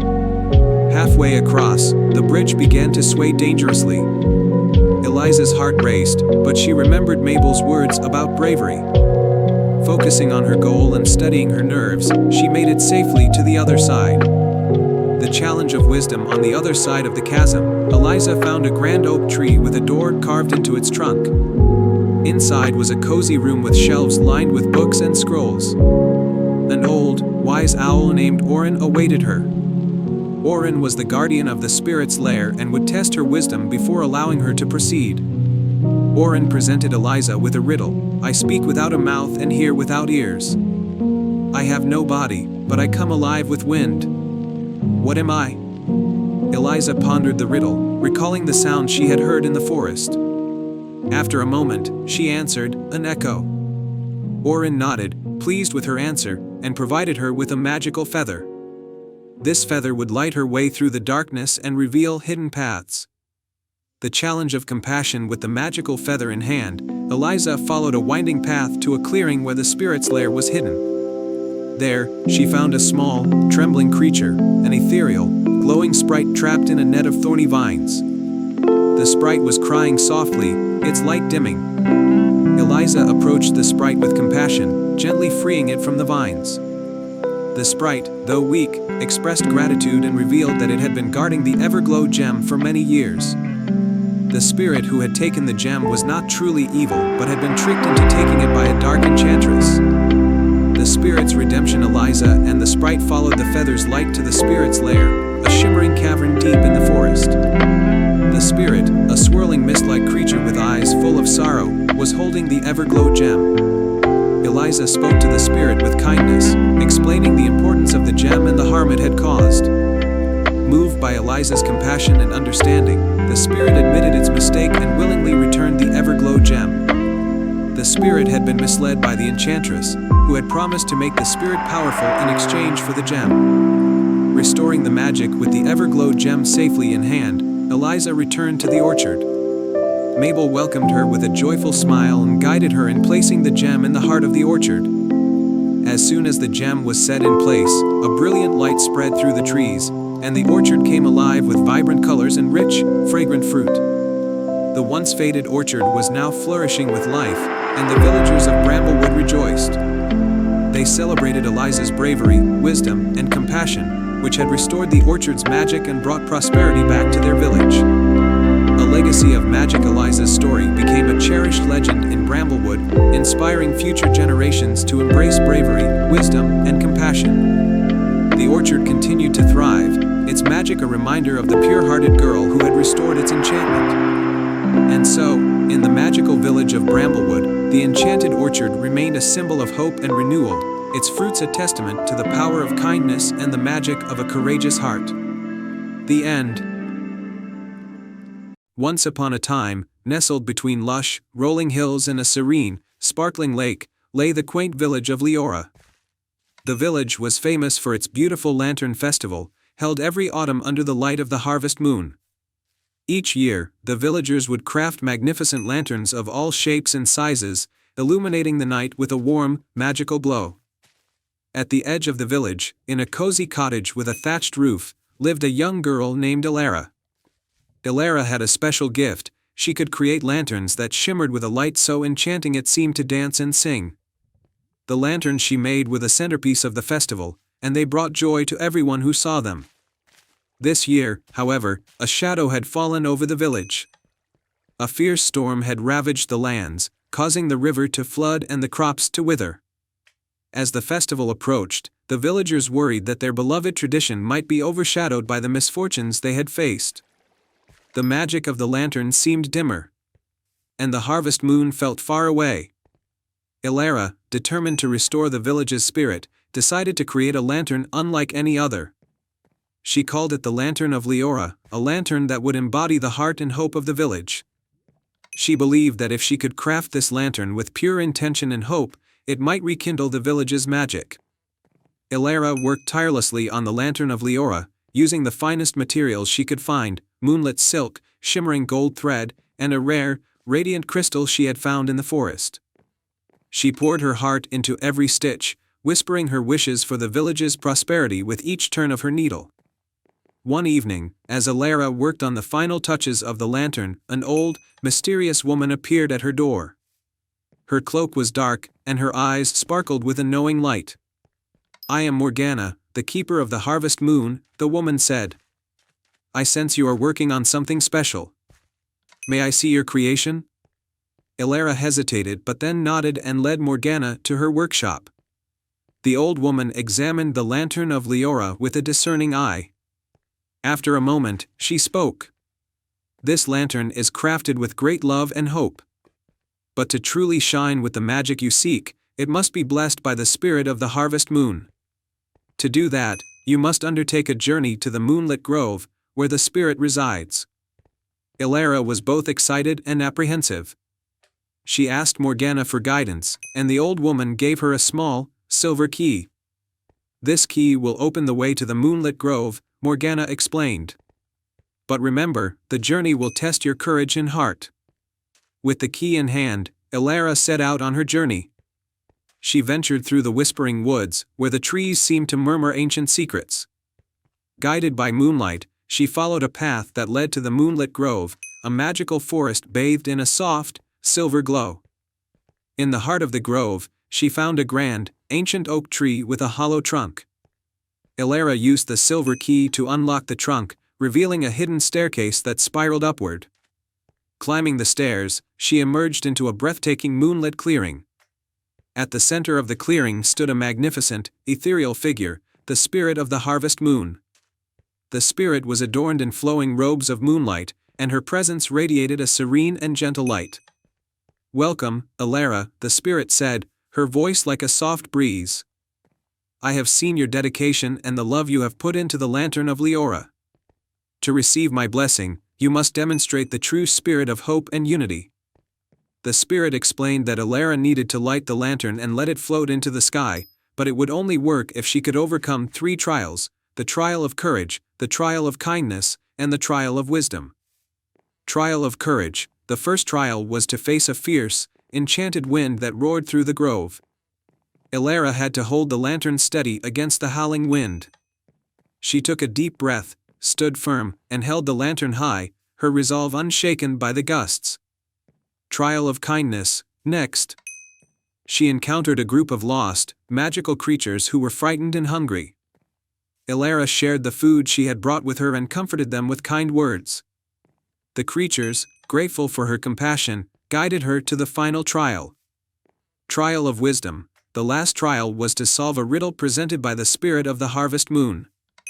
The riddle was, "I am not alive, but I grow. I do not have lungs, but I need air. I do not have a mouth, but I need water to live. What am I?" Elara thought carefully and answered, "A flame." The spirit of the harvest moon smiled and nodded. "You have shown great courage, kindness, and wisdom. The lantern of Leora is now ready to shine with the magic of the harvest moon." Elara returned to the village, her heart full of hope. The villagers gathered in anticipation as she carried the lantern of Leora to the center of the village. With a gentle touch, she ignited the lantern's light. The lantern's glow was magnificent, casting a warm, golden hue over the entire village. As the lantern floated into the night sky, it illuminated the darkness with a brilliant, enchanting light. The magic of the lantern seemed to reach every corner of Glimmerbrook, reviving the village's spirit and bringing new life to the land. The river flowed once again, the crops began to flourish, and the Festival of Lights was celebrated with renewed joy and splendor. The villagers danced and sang under the glowing lanterns, their hearts lifted by the radiant light of the lantern of Leora. Elara's bravery and dedication became a cherished story in Glimmerbrook, a reminder of the power of hope and the magic that lies in every heart. And as the harvest moon shone brightly over the village, it blessed them with prosperity and happiness for years to come. Once upon a time, in a land far beyond the mountains and across the shimmering seas, there was a kingdom where dreams were forgotten. The kingdom of Somnolus had once been a place of joy and imagination, where dreams flourished like flowers in a meadow. But a dark enchantment had fallen over the land, and the people could no longer remember their dreams upon waking. Without their dreams, the kingdom grew dull and lifeless, and the once vibrant colors of the world faded into shades of gray. In this kingdom lived a young girl named Elara, who had always been curious about the stories of the past, stories of dreams so vivid they could paint the skies with their colors. Elara was different from the others. She felt a deep longing to remember her dreams, to hold on to the magic that had once filled the land. One night, as Elara lay in bed, a soft, golden light appeared by her window. It was a tiny, winged creature, no larger than a hummingbird, with wings that shimmered like the stars. I am Lumina, the Dreamkeeper.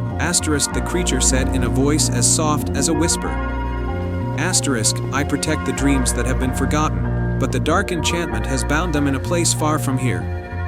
If you are brave enough, you can journey to the Valley of Shadows and retrieve the dreams of Somnolus. Elara's heart fluttered with excitement and fear. She knew this was her chance to restore the dreams to her kingdom. Without hesitation, she agreed to embark on the quest. Lumina guided her to the edge of the kingdom, where a thick fog obscured the entrance to the Valley of Shadows. Be cautious, Elara, Lumina warned. The valley is guarded by creatures of despair who thrive on lost hopes. But remember, the light within you is stronger than any shadow. With Lumina by her side, Elara stepped into the fog. The air was cold, and the shadows seemed to whisper as she walked deeper into the valley. The path was treacherous, with thorns and twisted roots that seemed to reach out and grab her. But Elara pressed on, her determination unwavering. At the heart of the valley, she found a dark and towering tree, its branches twisted and barren. Hanging from its branches were countless crystal orbs, each one containing a forgotten dream, flickering weakly as if on the brink of extinction. Elara approached the tree, but as she reached out to touch one of the orbs, a figure emerged from the shadows. It was the Enchantress of Shadows, the one who had cast the spell over Somnolus. You dare to enter my realm? The Enchantress hissed, her eyes glowing with malice. These dreams belong to me now. Without them, your kingdom will remain as it is, empty and forgotten. Elara stood her ground, clutching Lumina tightly. These dreams belong to the people of Somnolus, she said boldly. They are the light that brings life to our world. I will not let you keep them. The Enchantress laughed, a cold and hollow sound that echoed through the valley. You are but a child. What power do you have against the darkness? With that, the Enchantress summoned the creatures of despair, shadowy beings that slithered and crawled, their eyes glowing with a hungry light. They advanced on Elara, their presence filling her with a deep, gnawing fear. But Lumina, the Dreamkeeper, whispered in Elara's ear, remember the light within you, Elara. It is stronger than any shadow. Closing her eyes, Elara took a deep breath and focused on the warmth within her heart, the light of hope, the desire to bring joy back to her people. She opened her eyes, and to her astonishment, a soft, golden glow began to emanate from her chest, growing brighter and brighter until it enveloped her completely. The creatures of despair recoiled from the light, hissing and retreating into the darkness. The Enchantress, shocked by the power of Elara's light, tried to shield herself, but the light was too strong. It broke the spell that bound the dreams, and one by one, the crystal orbs began to glow brightly, their light filling the valley. The Enchantress, weakened by the loss of her power, vanished into the shadows with a final, defeated cry. The twisted tree, now bathed in light, released the crystal orbs, and they floated gently down into Elara's hands. You have done it, Elara, Lumina said, her voice filled with pride. The dreams are free, and the enchantment is broken. You have restored the light to Somnolus. With the crystal orbs safely in her hands, Elara made her way back to the kingdom. As she returned, the fog lifted, and the grayness that had consumed the land began to dissolve. The people of Somnolus awoke to a world filled with color and life once more. Flowers bloomed, birds sang, and the sun shone brightly in the sky. That night, as the people of Somnolus slept, they dreamed for the first time in generations. Their dreams were vivid and filled with joy, painting the skies with colors that had long been forgotten. Elara's bravery and the light within her had restored the magic to their world. Elara was hailed as a hero, and the tale of her journey became a legend passed down through the ages. the kingdom of Somnolus flourished, its people forever grateful to the girl who had the courage to venture into the Valley of Shadows and bring back the forgotten dreams. And so, the kingdom thrived, a place where dreams were cherished and the light of hope never dimmed. Once upon a time, in a peaceful kingdom bordered by lush meadows and towering mountains, there was a quaint village named Starling. The villagers cherished their tranquil life, but they held a secret hope for something magical. They believed in an ancient legend about a mystical artifact called the Silver Bell, which was said to grant one wish to whoever rang it under the Starry River's light. The Starry River was a shimmering stream that flowed through the kingdom, known for its beautiful starlight reflections. Every year, during the harvest moon, the river would glow with a radiant light, guiding those who sought the Silver Bell. In this village lived a kind-hearted young girl named Elara. She had heard the legend of the Silver Bell and was fascinated by the tales of its magic. Elara's family was struggling, and her only wish was to find a way to bring prosperity and happiness to her loved ones. Determined to make her wish come true, she decided to embark on a quest to find the Silver Bell. The quest begins on the night of the harvest moon. Elara set off towards the Starry River. As she walked through the moonlit meadows, the stars above seemed to sparkle brighter, guiding her way. The air was crisp, and the gentle sound of the flowing river filled her with hope. When Elara reached the Starry River, she was mesmerized by the way its waters glowed with starlight. The river seemed to stretch endlessly, and she could see reflections of countless stars dancing on its surface. At the edge of the river, she noticed an old wooden bridge leading to a small, mystical island in the middle of the river. The enchanted bridge Elara crossed the bridge with care, and as she approached the island, she encountered a wise old turtle named Tiberius. Tiberius had a calm and knowing demeanor and greeted Elara with a warm smile. To find the Silver Bell, he said, you must complete 3 tasks. Only those with a pure heart and true intentions can succeed. The first task, the enchanted garden. Tiberius directed Elara to an enchanted garden on the island. The garden was filled with beautiful flowers, but they were wilting and losing their color. Elara noticed that the flowers needed water from the crystal fountain, which was hidden in the garden. Elara searched the garden and found the fountain covered in vines. She carefully cleared the vines and filled her small bottle with the sparkling water. As she watered the flowers, they began to bloom and regain their vibrant colors. The garden was soon filled with fragrant blossoms, and a golden path appeared leading her to the next task. The second task, the mysterious maze. Elara followed the golden path to a labyrinthine maze. The walls of the maze were covered in ivy, and the entrance was marked with a riddle: I have cities but no houses, forests but no trees, and rivers but no water. What am I? Elara thought hard and realized the answer was map. With the answer in mind, the maze's walls began to shift and open up, revealing a clear path through. Elara navigated through the maze with patience and careful observation, arriving at the exit. The third task, the heart of the forest. The final task led Elara to the heart of the forest, where an ancient oak tree stood with a hollow at its base. Inside the hollow was a small, golden key. Tiberius appeared and explained, this key unlocks the chest where the Silver Bell rests, but it can only be found with a heart full of kindness. Elara held the key and reflected on her journey. She thought about how her kindness and determination had helped her complete the tasks. With a heart full of hope and love for her family, she approached a stone pedestal with a chest on it. The Silver Bell. Elara used the key to unlock the chest, and inside, she found the Silver Bell, shimmering with a soft, silvery light. She carefully took the bell and rang it gently. The sound was clear and melodious, echoing through the night and across the river. As the bell rang, a magical glow spread across the Starry River, and the reflections of the stars grew brighter. The forest around her seemed to come alive with color and light. Tiberius appeared and congratulated her. You have shown great heart and perseverance. Your wish for prosperity and happiness will be granted. The return to Starling. Elara returned to her village with the Silver Bell. The once dim and struggling village was transformed by the bell's magic. The fields flourished with crops, the village homes became warm and inviting, and the people were filled with joy and laughter. Ilara's family was overjoyed, and the villagers celebrated with a grand feast. The story of Ilara and the silver bell became a cherished tale in Starling, a reminder that with kindness and determination, even the most magical wishes could come true. And so, the silver bell continued to shine brightly, symbolizing hope and the power of a kind heart.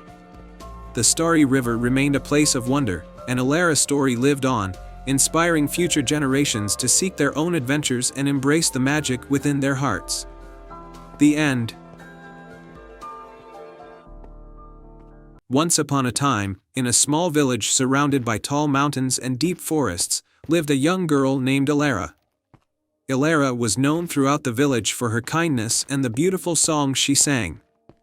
Her voice was so sweet that even the birds would stop chirping to listen to her.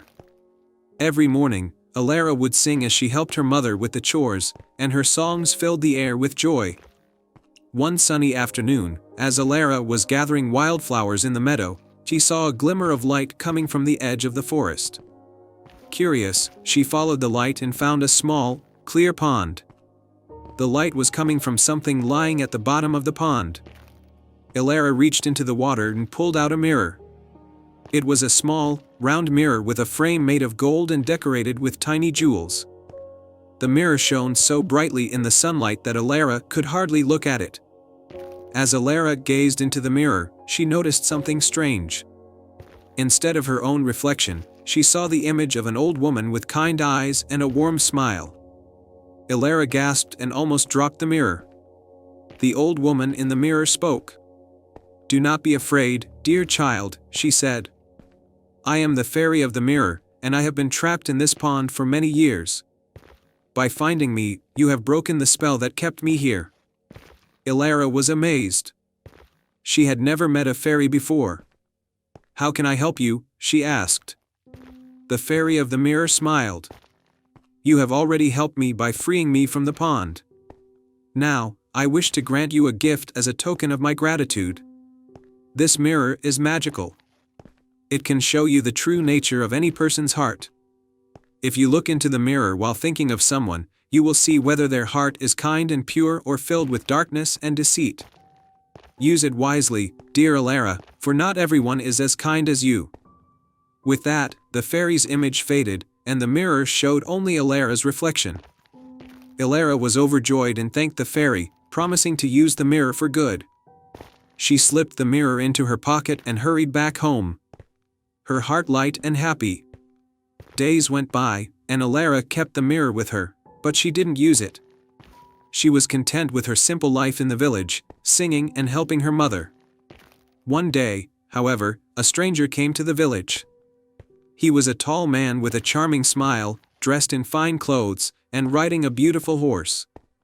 The villagers were impressed by his appearance and welcomed him warmly. He introduced himself as Lord Malvin, a wealthy nobleman from a faraway land.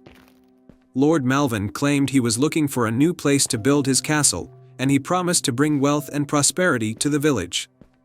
The villagers were excited and eager to help him, but Ilara felt uneasy. There was something about Lord Malvin's smile that made her shiver. That night, as she sat by her window, she remembered the fairy's gift. She decided to use the mirror to see Lord Malvin's true nature. Holding the mirror in her hands, Ilara thought of Lord Malvin and looked into the mirror. To her horror, the mirror showed a heart as black as coal, surrounded by thick, dark shadows. In the reflection, Lord Malvin's charming smile turned into a wicked grin, and his eyes glowed with greed. Ilara realized that Lord Malvin was not who he seemed to be. He was a deceitful man who only wanted to take advantage of the village and its people.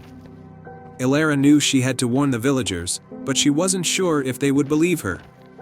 She decided to go to the village elder, a wise woman named Matilda, who had always been kind to her. Ilara showed Matilda the mirror and told her what she had seen. Matilda listened carefully and believed Ilara's story. Together, they came up with a plan to reveal Lord Malvin's true nature to the villagers. The next morning, Matilda called all the villagers to the village square. She announced that there would be a celebration to welcome Lord Malvin, and everyone was invited. As the villagers gathered, Ilara stood quietly at the back, holding the mirror in her hands. When Lord Malvin arrived, smiling and waving to everyone, Matilda stepped forward. "Welcome, Lord Malvin," Matilda said. "We are honored to have you here. As a token of our appreciation, we would like to offer you a gift." She signaled to Alara, who stepped forward and held up the mirror. "This mirror will show us the true nature of your heart," Matilda said. "Please, look into it and let us see." Lord Malvin hesitated for a moment, but then he laughed and said, "Of course, I have nothing to hide." He looked into the mirror, and suddenly, his smile vanished. The villagers gasped as they saw the dark, twisted reflection in the mirror. Lord Malvin's true nature was revealed for all to see. His eyes turned cold, and his face twisted with anger. He tried to snatch the mirror from Alara's hands, but Matilda stepped in front of her, holding up her staff. "Leave this village at once, Lord Malvin," Matilda said firmly. "We know your true intentions. You will not harm our people." Realizing that his deception had been uncovered, Lord Malvin snarled in rage. He turned and fled, riding away from the village and never looking back. The villagers cheered and praised Alara for her bravery and wisdom. They were grateful to her for saving them from Lord Malvin's deceit. From that day on, Alara became known as the guardian of the village. She used the magical mirror to protect her people and to help those in need. The mirror, with its golden frame and jewel-studded edges, became a symbol of truth and kindness. Years passed, and Alara grew up to be a wise and beloved woman, always singing her sweet psalms and bringing joy to the village. The tale of the magical mirror was told for generations, reminding everyone that true beauty comes from within and that a kind heart is the most valuable treasure of all. And so, the village thrived in peace and happiness, thanks to the courage of a young girl who dared to see the truth and stand up for what was right. And the magical mirror remained a cherished heirloom, passed down through the generations, always ready to reveal the true nature of the heart. The end. Once upon a time, in a kingdom surrounded by lush forests and sparkling rivers, there was a village named Elmsworth. Elmsworth was known for its breathtaking meadows that glowed with a silvery light every full moon. This light was said to be enchanted, bringing dreams and hope to those who walked through the meadows under its glow. In the village lived a young girl named Arya. Arya had a special gift: she could communicate with animals. She loved exploring the meadows and learning about the creatures that lived there. Her grandmother often told her stories about the moonlit meadows, saying that they held a great secret which only the bravest and kindest hearts could uncover. One day, a troubling event occurred. The once vibrant meadows began to fade, and the magical light that bathed them each night started to diminish. The villagers were worried, as the meadows were not only a source of beauty but also a place of inspiration and peace. Arya decided to investigate the cause of the fading magic. Armed with a small satchel of supplies, a silver locket from her grandmother, and her trusted companion, a wise old owl named Oliver, she set out to find the source of the problem. As night fell, Arya and Oliver ventured into the moonlit meadows. The meadows were dimmer than usual, and the familiar glow was barely visible. Arya's heart was heavy with concern. She and Oliver followed the faint light of the glowing flowers, hoping to find answers. The journey led them to the edge of the meadows, where they encountered a shimmering, ancient tree known as the Moonshade Tree. This tree was said to be the guardian of the meadow's magic. Its once luminous leaves were now dull and drooping. Beside the tree was a tiny, frail fairy named Luna. Luna was known as the keeper of the moonlight. She was weeping softly, her tears mixing with the fallen leaves. "What's wrong, Luna?" Arya asked gently. Luna looked up with a sad smile. "The Moonshade Tree is losing its light because the Moonstone, which powers the meadow's magic, has been stolen. Without the Moonstone, the meadows will lose their enchantment, and soon the magic will vanish forever." Arya felt a surge of determination. "I will help you find the Moonstone and restore the magic to the meadows." Luna was touched by Arya's bravery and handed her a small, enchanted map. "This map will guide you to the Moonstone's last known location. But beware, it is hidden in a labyrinth guarded by creatures who are not always friendly." Arya and Oliver followed the map through dense woods and over rocky hills until they reached the entrance to a mysterious labyrinth. The labyrinth was a maze of twisting paths and towering hedges, and its entrance was guarded by a grumpy, old dragon named Thorn. Thorn was known to be fierce but fair. "To pass through the labyrinth, you must prove your worth," Thorn rumbled. "Answer my riddle correctly, and I will let you through." The riddle was, "I am not alive, but I grow, I don't have lungs, but I need air, I don't have a mouth, but water kills me. What am I?" Arya thought carefully and then replied, "Fire." Thorn's eyes glowed with approval. "You have answered correctly. Proceed with caution." The labyrinth was challenging, with walls that shifted and paths that changed. But with Oliver's keen eyesight and Arya's sharp mind, they navigated through the maze, following the hints on the enchanted map. At the center of the labyrinth, they found a hidden chamber where the moonstone was kept.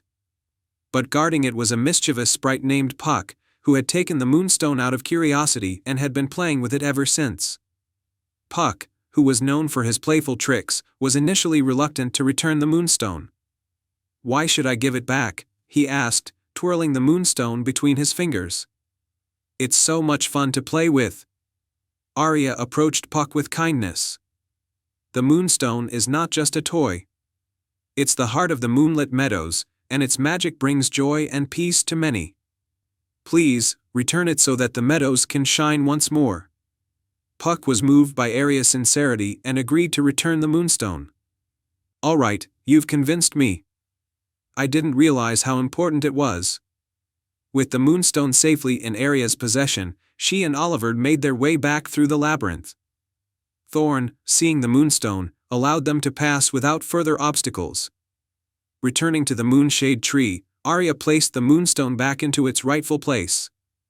The tree's leaves began to glow with a brilliant light, and the meadows were soon bathed in their magical silver glow once more. Luna and the villagers rejoiced as the moonlit meadows returned to their former beauty. The meadows sparkled under the full moon, and the enchantment was restored. Arya's bravery and kindness were celebrated, and the villagers thanked her for saving the meadows. Luna presented Arya with a special gift, a pendant containing a small piece of the moonstone, which would always remind her of the adventure and the magic she had helped restore. And so, the moonlit meadows continued to shine with their magical light, bringing dreams and hope to all who visited. Arya's story became a cherished tale in the kingdom, reminding everyone that even in the darkest times, courage and kindness could restore even the most precious of magic. The end. Once upon a time, in a land where the seasons danced in harmony, there was a hidden grove deep within the heart of an ancient forest. This grove was said to be enchanted, its magic woven into the very fabric of the trees and flowers. It was a place of great beauty and mystery, known only through whispers and legends. In a nearby village, there lived a kind and curious girl named Elara. She had always been fascinated by the stories of the enchanted grove, which were told by the elders as tales of wonder and magic. One day, as she walked through the village market, Elara overheard a conversation about a dire problem affecting the forest. The magical creatures of the grove were losing their magic, and if it continued, the forest would fall into darkness. Determined to help, Elara decided she would journey to the enchanted grove and find a way to restore its magic. She packed a small satchel with essentials, some bread, a flask of water, and a lantern, and set off towards the forest. Her heart was full of hope and bravery. As Elara entered the forest, she noticed how it seemed different from what she remembered. The leaves on the trees were dull, and the usual cheerful songs of birds were replaced by an eerie silence. Following the directions she had heard, Elara made her way through the forest, guided by a sense of urgency. After walking for hours, she arrived at the edge of the enchanted grove. The entrance was marked by two ancient stone pillars covered in glowing ivy. As she approached, the pillars parted to reveal a path lined with luminescent flowers. Elara took a deep breath and stepped into the grove. The grove was a sight to behold, but its beauty was fading. The trees, once vibrant, were now withering, and the magical creatures she had heard of were nowhere to be seen. At the center of the grove stood a grand, ancient tree known as the heart of the forest. Its branches stretched out, but its leaves were wilted and its light dim. As Elara approached the heart of the forest, she was met by a graceful figure, a beautiful fairy named Lysandra. Lysandra's wings sparkled faintly, but her expression was troubled. "Welcome, brave one," Lysandra said. "The heart of the forest is losing its magic, and so is the entire grove. To restore the grove's magic, you must complete 3 tasks that will prove your courage, wisdom, and compassion." Elara nodded, ready to face the challenges ahead. The first task was the trial of courage. Lysandra led Elara to a misty part of the grove where a deep chasm separated them from a magical crystal glowing faintly on the other side. The chasm was spanned by a narrow, swaying bridge made of vines and branches.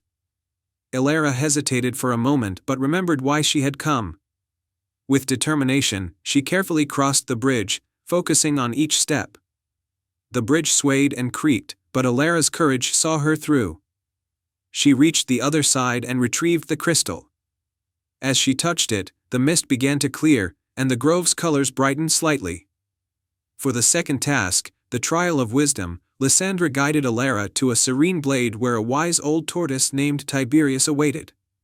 Tiberius had a riddle for Elara: "I have cities but no houses, forests but no trees, and rivers but no water. What am I?" Elara pondered the riddle carefully.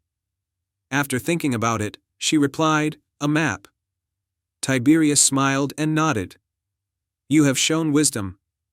The next task is the trial of compassion." Lysandra then led Elara to a hidden grove where many injured and weary animals lay. The grove was in disarray, with fallen leaves and tangled vines. Elara immediately set to work, using her skills and supplies to tend to the animals, clean the grove, and bring comfort to the creatures. As Elara worked, the animals slowly regained their strength, and the grove began to heal.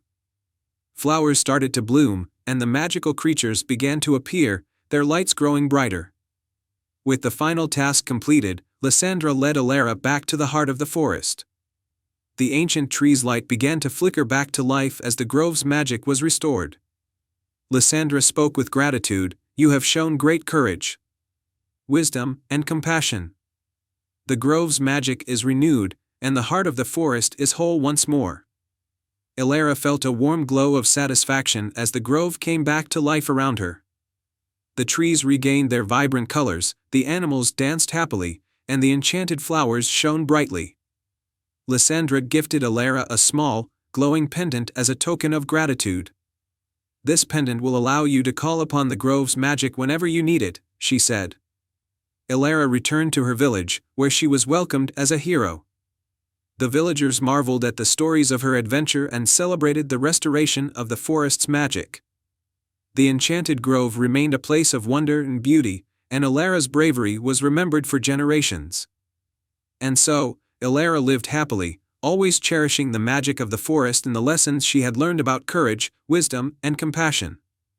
The end. Once upon a time, in the heart of a lush, green forest, there stood a small village named Everwood. The villagers lived simple but happy lives, and their homes were cozy cottages surrounded by vibrant gardens. The most enchanting feature of the village was an ancient oak tree at its center, known as the Elder Oak. The villagers believed that this tree was magical and that it watched over them, protecting their village from harm. Among the villagers was a young girl named Lila. Lila had a special connection with the forest. She could often be found wandering its trails, talking to animals, and gathering herbs. Despite her love for the forest, Lila's favorite place was her grandmother's quaint little shop at the edge of the village. The shop was filled with curious trinkets and mysterious artifacts collected from all over the world. One day, while exploring the shop's dusty attic, Lila stumbled upon an old lantern covered in cobwebs. It was beautifully crafted, with intricate designs of stars and moons etched into its metal. Curious, she picked it up and examined it closely. To her surprise, the lantern was still warm to the touch, despite the attic being cold and untouched for years. Excited by her find, Lila showed the lantern to her grandmother. The old woman's eyes widened with recognition. "Ah, the enchanted lantern," she said. "Legend says that it was once owned by a powerful sorceress who could harness the light of the stars. Lila was intrigued. "What does it do?" she asked. Her grandmother explained that the lantern had the power to reveal hidden truths and grant wishes, but only if the bearer was pure of heart and had a noble purpose. Determined to uncover the lantern's secrets, Lila decided to keep it. That night, as she held the lantern in her hands, it began to glow softly. She couldn't resist making a wish, hoping to help her village prosper even more. The next morning, the villagers were astonished to find that their fields had yielded an extraordinary harvest overnight. The crops were lush and abundant, and the village's granaries were filled to the brim. The people rejoiced, attributing their good fortune to the blessings of the elder oak. Lila, however, noticed something unusual. Every time she used the lantern, strange, shimmering figures seemed to appear in the village's garden. They were like wisps of light, dancing gracefully among the flowers. Curious and a bit apprehensive, Lila decided to investigate. One evening, she followed the lantern's light deep into the forest, where she discovered a hidden glade bathed in moonlight. In the center of the glade stood a magnificent tree with leaves that sparkled like stars. Around the tree were the shimmering figures, now taking on the forms of tiny fairies. The fairies greeted Lila warmly. "We have been waiting for you," one of them said. "The enchanted lantern you carry was once a gift from the starry realm to protect our forest and its magic. Its light has been guiding us for centuries." Lila listened in awe as the fairy continued, "The lantern's power is not only for granting wishes but also for revealing and protecting the true magic of the forest. We need your help to ensure that its magic remains safe." Lila nodded, feeling honored and determined to help. The fairies explained that the magic of the lantern was being threatened by a dark force from the north, an envious sorcerer named Thorn who wanted to steal the lantern's power for himself. Under the guidance of the fairies, Lila set off to confront Thorn. The journey was perilous, filled with dark forests and treacherous mountains. But with the lantern's light guiding her, she overcame each obstacle with courage and resolve. When Lila finally reached Thorn's dark fortress, she found him surrounded by shadows, his eyes gleaming with greed. He demanded the lantern, but Lila stood firm. "This lantern belongs to the people of Everwood and the magic of the forest," she declared. "It will not be taken by force." Thorn sneered and tried to use his dark magic to snatch the lantern, but as he did, the lantern's light blazed with a brilliant, blinding glow. The shadows around Thorn shrank away, and the dark sorcerer was overwhelmed by the lantern's pure light. Realizing he was no match for its power, Thorn retreated, vowing to seek another way to gain his own strength. With Thorn gone, the dark clouds over the forest dissipated, and the magic of the enchanted lantern was safe once more. Lila returned to Everwood as a heroine. The village celebrated her bravery and the lantern's protection, which continued to bring prosperity and harmony to their lives.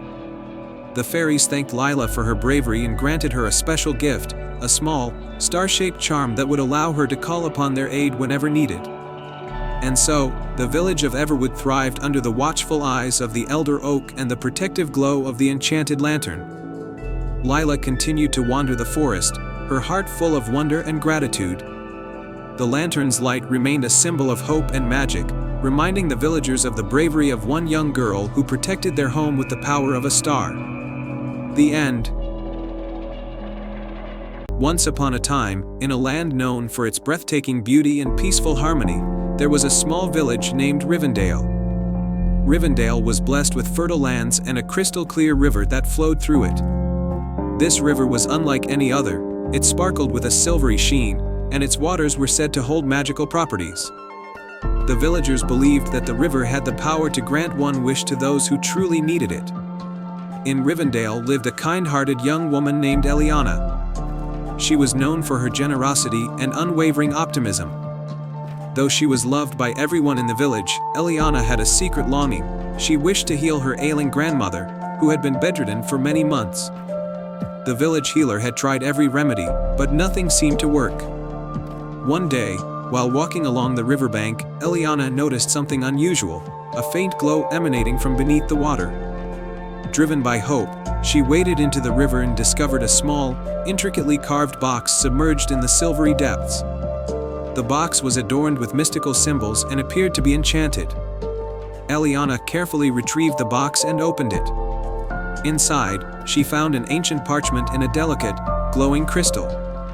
The parchment read, "Brave heart who seeks the river's aid, to heal the sick and mend the broken, heed the call of the ancient road. 3 trials await, each a path to the river's core, prove your worth, and the magic shall be yours forevermore." Determined to save her grandmother, Eliana set off on a journey to face the trials. The parchment detailed the locations of the 3 trials, each one set in a different part of the mystical forest that bordered the village. The first trial, the trial of courage, led Eliana to a hidden cave at the base of a towering cliff. The cave was filled with shadows that danced menacingly on the walls. As she ventured deeper, she encountered a large, growling guardian beast, its eyes glowing with a fierce light. Eliana's heart pounded, but she stood firm. With calm and gentle words, she spoke to the beast, acknowledging its role as the cave's protector.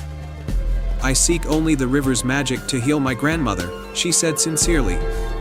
The beast's growl softened, and it stepped aside, revealing a glowing gemstone that Eliana carefully placed in her satchel. The second trial, the trial of wisdom, took Eliana to an ancient grove where the trees formed a labyrinth. In the center of the grove stood a grand, ancient oak with a face carved into its trunk. The oak spoke in a deep, rumbling voice, "To find your way through the labyrinth, you must solve the riddle I pose. Answer truly, and the path will be revealed." The oak's riddle was, "I can fly without wings, I can cry without eyes, whenever I go, darkness flies. What am I?" Eliana thought deeply, considering the riddle's clues. After a moment, she answered, "A cloud." The oak's branches swayed approvingly, and a hidden path through the labyrinth emerged.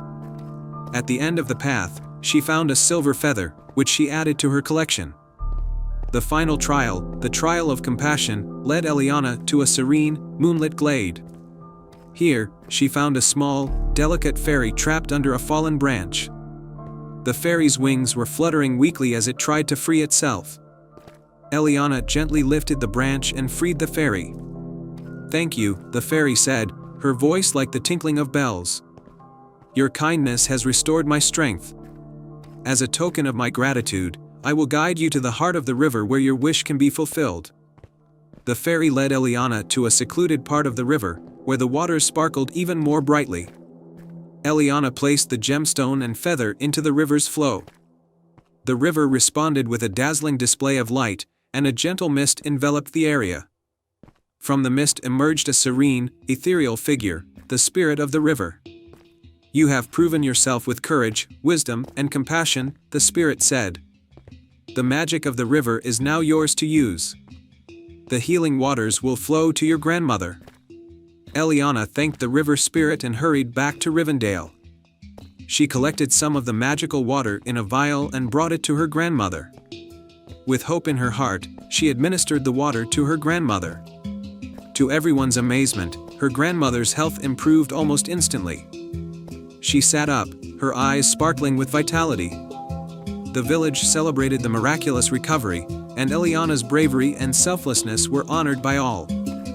The enchanted river continued to flow through Rivendell, its magic a reminder of the power of courage, wisdom, and compassion. Eliana's story became a cherished legend in the village, inspiring others to seek the magic within themselves and to help those in need. And so, Rivendell thrived, and Eliana's grandmother lived many more years, surrounded by the love and gratitude of her family. The river's magic continued to bring hope and healing, flowing with the gentle promise that the greatest magic comes from a heart filled with love.